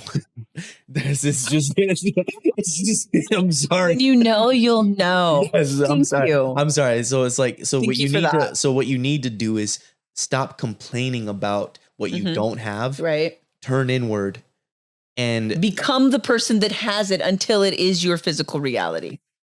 Period. Joe Dispenza said it the best. Dr. Joe Dispenza. You become the experience. So this is another thing, like sickness. It don't matter what it is. The frequencies. This is why quantum healing is a thing. Right. Your vibrate. This is why I wear all these damn crystals. There's a lot of crystals. That it pushes it helps your vibration flow to a higher state, which is another reason why I'm probably channeling all this great information right now. Period. But the whole thing of quantum healing is they help you raise your frequency. Resonance frequency. Yes. You can only resonate with disease if you're on the frequency of the disease. So shift your resonant frequency and then the disease can no longer exist. Exactly. Because everything is operating on frequency. So that is the one law, right? It's that the frequency law. It transcends time, space, perception, belief. It transcends everything. This is why being in a state of knowing is the most profound thing you can do for your existence. Because having a belief is the most. There's no like. It's very fleeting. What am I on? Like you. There's no grounds.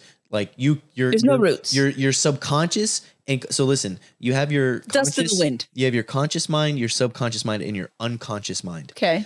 Your unconscious mind is doing all that it can to reach you on a very deep level through dreams, whatever it might be. So instead of sitting there, letting your unconscious mind try to reach you through your dreams or whatever it might be, go to your flipping unconscious mind. Well, how do I do that? Meditate. Meet them halfway. Meet it halfway. Meet yourself halfway. Meet me halfway. That's all I'm asking. Do something to correspond your own experience in any way, shape, or form. Life happens for you, not to you. You see the glasses half full, it's half empty, whatever it might be. This is what I was saying. You're a soul inside a body. What if my body's inside my soul? Yo. You have to see the syncretisms. Like, that's what I'm trying to give you. If I give you the biggest perspective, I'm over here shaking you by your shirt right now. You're like, celestial stuff.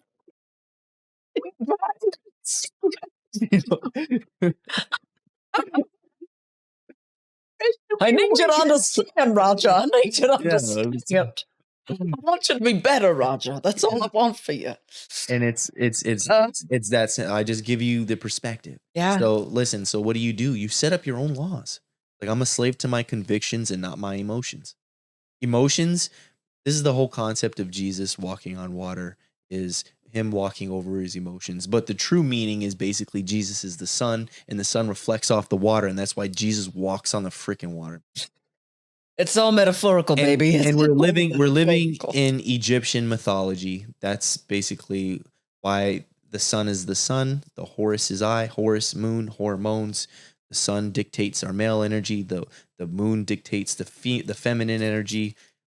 Whoa. It's like there's a correspondence to everything. And that's why when you start to see the threads, now I'm watching movies and I'm just like trembling. Like, yeah. like whoever's writing these movies, when you see the correspondences that they're making, there's angels making movies right now. Yeah. I mean, I would say a lot of it too is like people being used and they're not consciously aware that they're being used. Yes. Right. You create a like I have an idea for this epic script and it's like, actually, it's called channeling and you just downloaded something. So please serve it to us because you don't even know that you're being used. Exactly. Like right now, you think all these ideas, everything is like I'm rediscovering what is already there. Period. I'm just understanding the autonomic Akashic record. This is the reason why Akashic record exists is because it's your file. It's your file. That's why life spells file. In the infinite now. See that file? F-I-L-E. Because there is no time.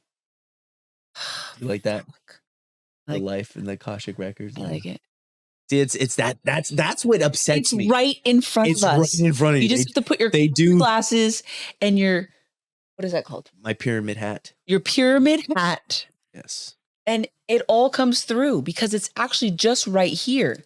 This is just like what is it called? Not a medallion. What is it called? I thought you were going to say a totem. Oh, there you go. A totem to get your physical being to feel like you're seeing or thinking or tapping into something that is only accessible if you do even the crystals, right? They say that crystals are demonic. Like, no, listen. I know what it does. It's an extension of us. Yeah, it's an extension. So you're saying I'm a demon? This is you're calling me a demon? This is what I tell people. I'm like, it's like you feel attacked. It's like me putting batteries into a remote control to turn on television. It's the same freaking It has its use. Right. And for Christians to be like, oh, crystals are demonic. Listen, this is a natural God-given thing that's on this source of earth. Whilst you go eat Taco Bell and McDonald's. Like, let's normalize plant medicine. Let's normalize crystals. Let's normalize natural things that are naturally around. They've even demonized, quote unquote, the word natural. Oh God. Yes, that's true. Yeah. They put natural with natural flavors. It's not even that. Yeah. Oh God. Listen, we're living in a fictitious lie, whether they're draconians, reptilians. It's even creative. We don't even know. We're living in a creative manipulation of creativity. And these guys, whoever this is, they know what they're doing. Master creators. And at the end of the day, maybe this is a big social experiment for us to break out of. And they're going to keep giving us, because how you say, you see how fear is the portal, right? Right. Why do you think they keep fear mongering us? It's to keep this portal active. Whatever. Right. Who knows? Right. Everything I just told you guys for the last 2 hours, I just made up. Who knows if it's real? Who knows is this. That's the whole point. Every message has to come back to that. If you don't know this, if you don't know your inner voice, if you don't know the difference between deciphering the different voices, right? Like you were saying, you had an actual physical experience that reiterated the idea that there are different voices having a conversation within your own individual being all the time. If you don't know them, if you don't get to meet them, I even heard a concept of like actually giving things a name. There's this guy I follow on Instagram who's like this really contemporary shaman, and I love him. I wish I knew his name. We'll find it later and tag it. But he was saying how you basically give your voices a name. So for instance, let's say I want to manifest, let's go back to the $1 million at the end of this week. And so wait and listen to all the different voices and the different things that will come up in your mind, because you will have thoughts on that. So what are the thoughts on that? The thoughts that are going against that, because your intention is to create that. And then everyone's going to chime in with their opinions. Give them a name. So Betty always wants to come in. Betty is my frequency of lack trauma, whether it's my own experience, my lineage. She is the lacking bitch. She wants to tell me all the reasons why that's probably not going to happen, so that she can protect me from being hurt by it not being created. But in reality, I have to know that whatever I decide is possible. Whatever I can think is a possibility, or I wouldn't even be able to perceive the idea of it, right? And I see Christians like, well, that's a demon. You're letting a demon possess you, and you're calling her that. I'm sorry. I'm like my impersonation. Betty's a demon. Yeah. So that's fine. I know. I want to get to know her. I want to sit down with everybody. Yes, because by you learning your devils, you get to learn your angels. That's the law of correspondence. A tree can only grow as deep as its roots run. I want to know everybody. I want to know everyone who's in my head, having all this chatter. You're not going to be up in my body, having conversations, and I don't know who you are. I'm sorry, who are you? Betty? Okay, honey, you're afraid? You don't like lack. Okay, you think everything is not going to work out because you're comfortable in this lack space and you're trying to protect me. So, Betty, I'm going to need you to understand that I hear you and I love you and I understand that that sounds painful for you, but would you be willing to level up? What if we come together, we support each other? I acknowledge you, I see you, you're not forgotten. But what about if we come together to have an opportunity to go above that? Would you be willing to take this opportunity to level up right now? Betty's going to say yes. So do you see that? There's 1,000 ways that you can give yourself perspective. Yeah. And that's all it is. And that's, like I told you, we're just trying to give you perspective. Don't shake their shirt.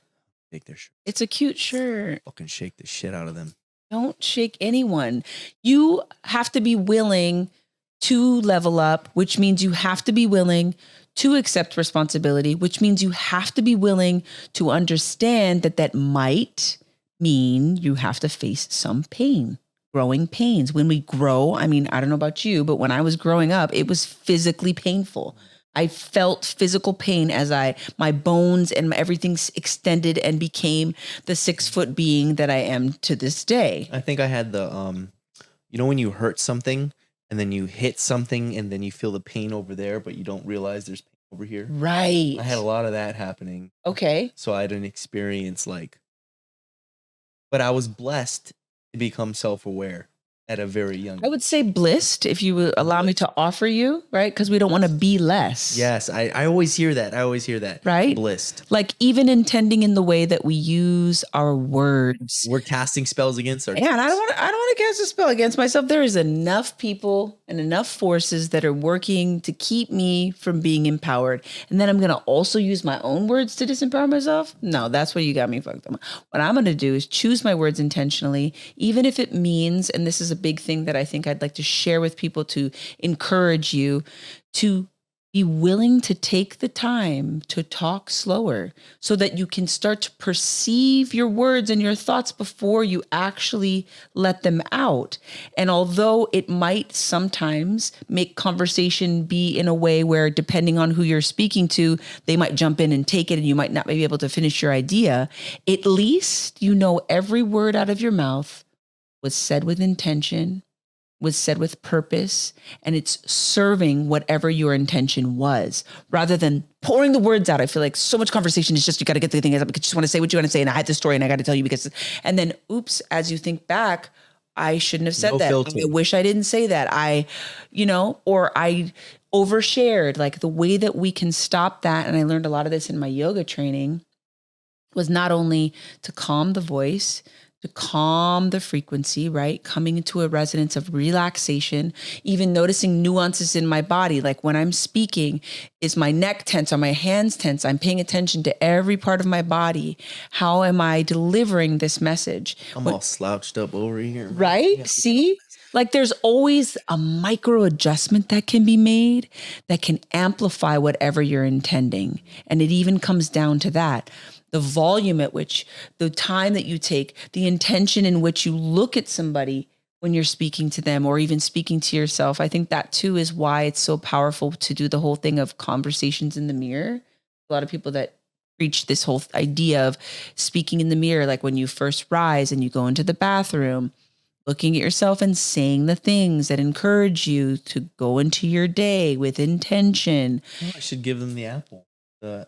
So this is just for those who are in the tech world. No, so I think this is the best way I can give you perspective. Okay.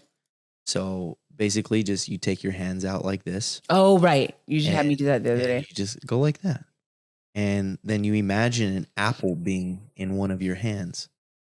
And the moment I think of it, I feel it in the palm of my hand. Yeah, it gets heavy. You feel like a tingly sensation. You go like that, and it's like, wait, there's something in my hand. I don't see it, but it's there metaphysically. There's like a tingly sensation, whatever it is, and you just go like that, and now it's gone. And it's like I thought it applesauce. Yeah, like I thought it was there. Like I made it. What is that? I made it manifest in the ethereal with the thought of my mind. So this is the whole concept of what I'm saying is wherever you put your thoughts, wherever you put that energy, it doesn't matter what it is. Why do you think they want you glued to your phone? Why do you think they listen, with between a male and a female, the highest calling for a man is to protect women. We're seeing that compromised in today's society because we have, men changing their sex to compete in female sports. And then what is a woman's highest calling? A woman's highest calling is to guide a man's heart closer to source. And instead, what do we have them doing? Their lowest calling, which is to seduce man. So what are they doing? They're being promiscuous online. They're half naked, OnlyFans, whatever it might be. But that's the whole concept. They've inverted everything that makes us powerful, and they're trying to invert it into our kids. Earlier they can do it, the more corrupt the adults will be. You see you see this? Regardless if Lucifer or the Satan, however, Satan is a collective of negative consciousness, however you want to perceive it. But the highest form of worship in Luciferianism is the inversion of God's will. And what we're just looking at is... And God's will is? Love and enlightenment. It's simple. Authenticity, the higher qualities of life. He wants us to choose life. He wants us to choose love. He wants us to bask in the Garden of Eden. He wants us to thrive. Like, think of it this way. Do you really think as a creator, you create something? And I'm sorry to the people that feel this way, but it's like, if I created something and they were like crying for me to save them, it'd be... That's kind of sad. Like, I want my creation to... It's pathetic. I'll be frank. I want to see my creation stand on my shoulders. Like, I want to see them thrive beyond anything. Like, so why it don't make the whole concept of reality of this whole thing, I need to be saved and we need to serve, it's not that I'm here to serve God. I'm here to serve virtues and experience reality, but then I'm also here to spread love and enlightenment, which is the frequency of God.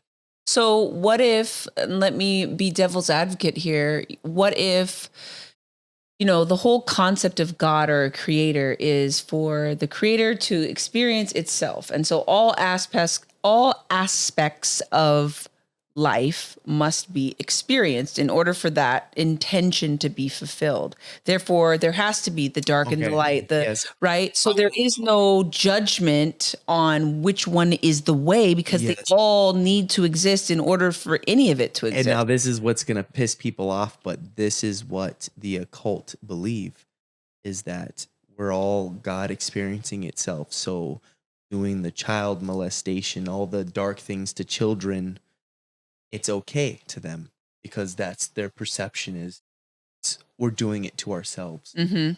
So at the end of the day, though, I feel like, no, if I created something at the end of it, I would create a thriving solution. Like, I don't think that there needs to be an ecosystem of pain, suffering, because like harm isn't the only path. Harm is not the only path at all. It's just an awareness. And you know what it is? It's, when I was young, I had to go through a lot of traumatic things. And now I'm just going to be honest.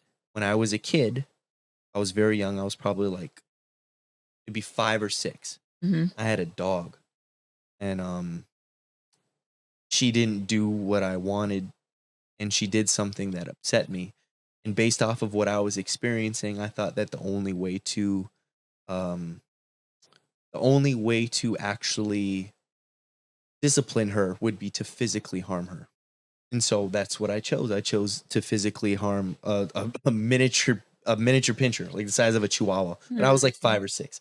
And when I came home the next day, I quickly realized that what was happening to me was wrong, and what I did to my dog was wrong. So when I got home and I'm like, yay, where's my dog? My dog wasn't like happy to see me, like how dogs are. My dog cowered under the table. Right. And I was just like, oh my God. And I became self-aware at a young age that this is the path.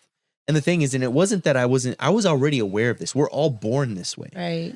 But you had been conditioned out of it, and then you had to circle back. You had to circle back. And I was just fortunate to circle back at a young age. Right. And I'm going to say this because of me having that understanding at a young age, the loving bond that I had with it. Because Chihuahuas live like relatively long, right? Mm-hmm. She would have been 18 years old in August of 2015.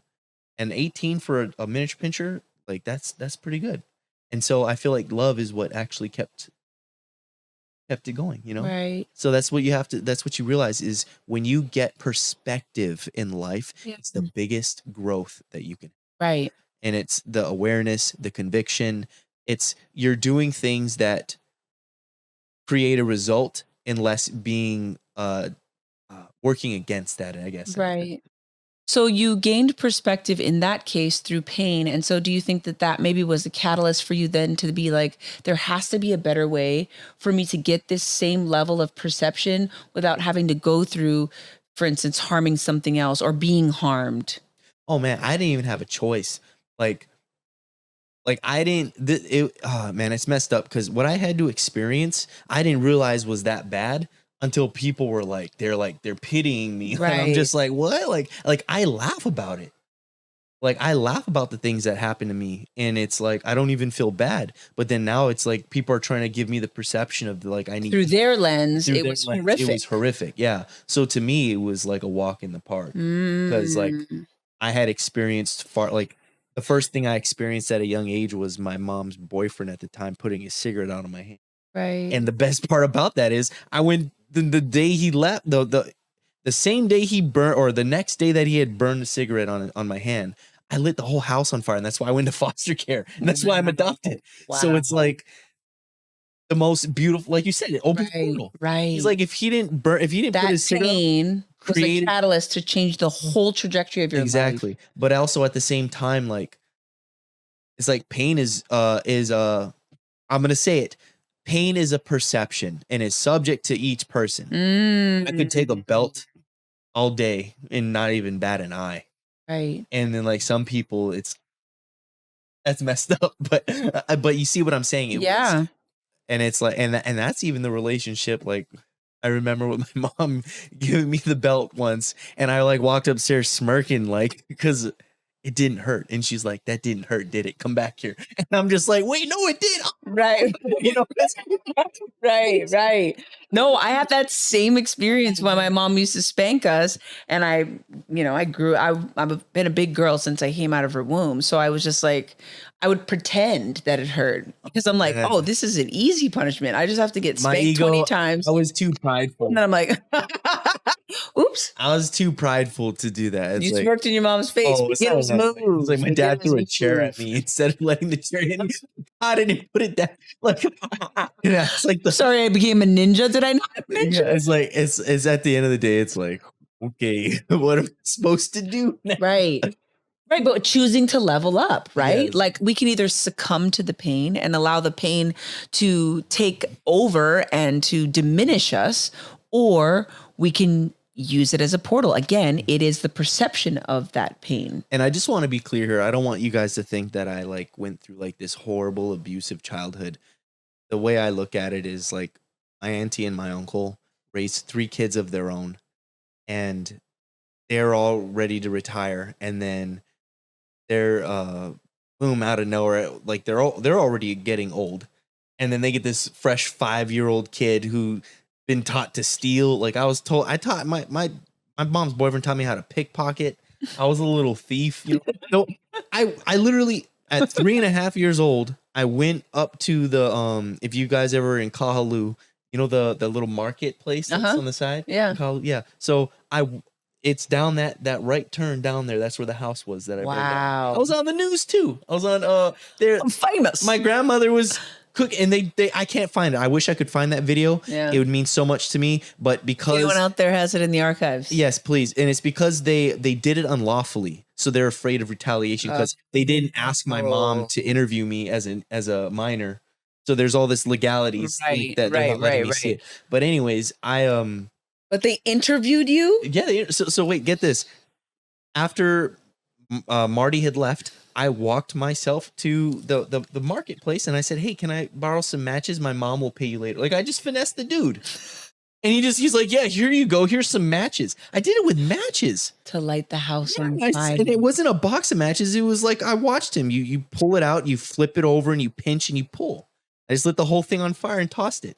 And then I realized, hey, maybe this was a mistake. So with my little hands, I was cupping water and going like this, and I'm like, oh boy. And then I went and I grabbed my mom and I was like, "Mom, the house is on fire. We gotta go." And then next thing I know, my grandmother's cooking. And there I am on the news and they're like, "How did you do it?" And I'm like, "With one match." No way. And I have the VHS is somewhere. It's somewhere out there. My grandmother recorded it. They used to play it. And whenever my family would come around, they're like, "Hide your candles." Like there was an inside joke. And it's not even that. Like my biological mom didn't know who my dad was. So there was all these inside jokes that, when it hits you later on in life and you realize what's going on. Yeah. So like my mom dated Eddie Murphy. So like my family would be like, "It's Eddie Murphy's bastard child." I'm like, "I don't know what that means." Wow. I don't know what that means. Wow. So there's all these inside jokes, and it's like now that I'm like that age. So what if you are? Do you know?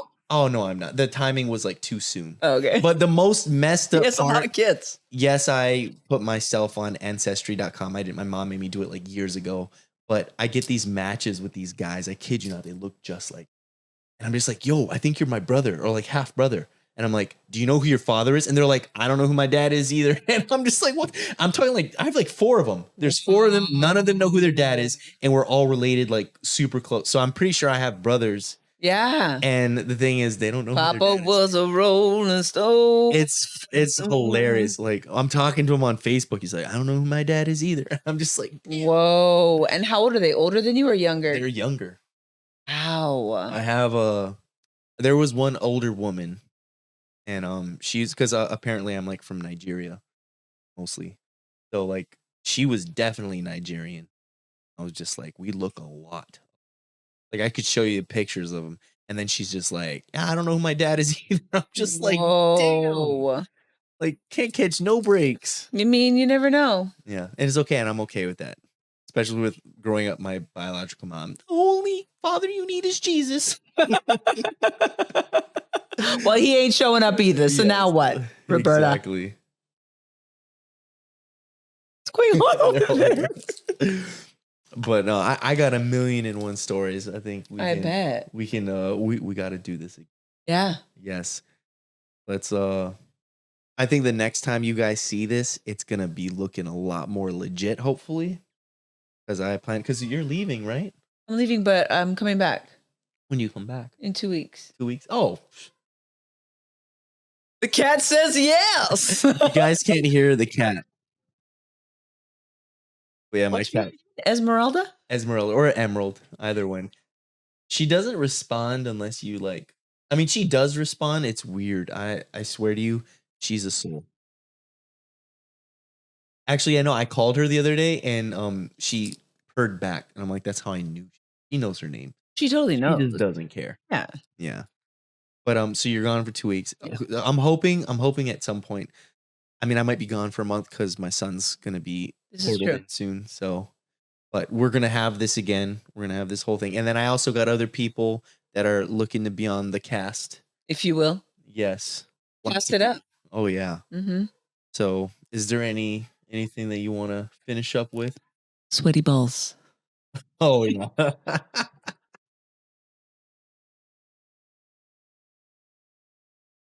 Peace and love. And we always do this because this promotes separation. Oh, I already know. Oh yeah. I tell everybody. Even I go up to little kids and I tell them. I just do this. That's why they say, doo, doo, doo. This means we are one, unity. This is a symbol of unity. This is a symbol of war. We are separate. Divide. Or it's also the symbol of I'm gonna kill you. Bow and arrow, yes. Right? No, actually that's what the middle finger is for. It's because you know how the middle finger means. That's why they say it. The middle finger means F you, right? But it's actually from Indians would do that, and it's a pluck you because I'll fuck you. Ah, With the right. bow, I yeah. knew there was something. Yeah, with you the see my bow. bows? You see that big one right there? I do. It's nice, ain't it? But alrighty, peace and love, and we will see all of you guys soon.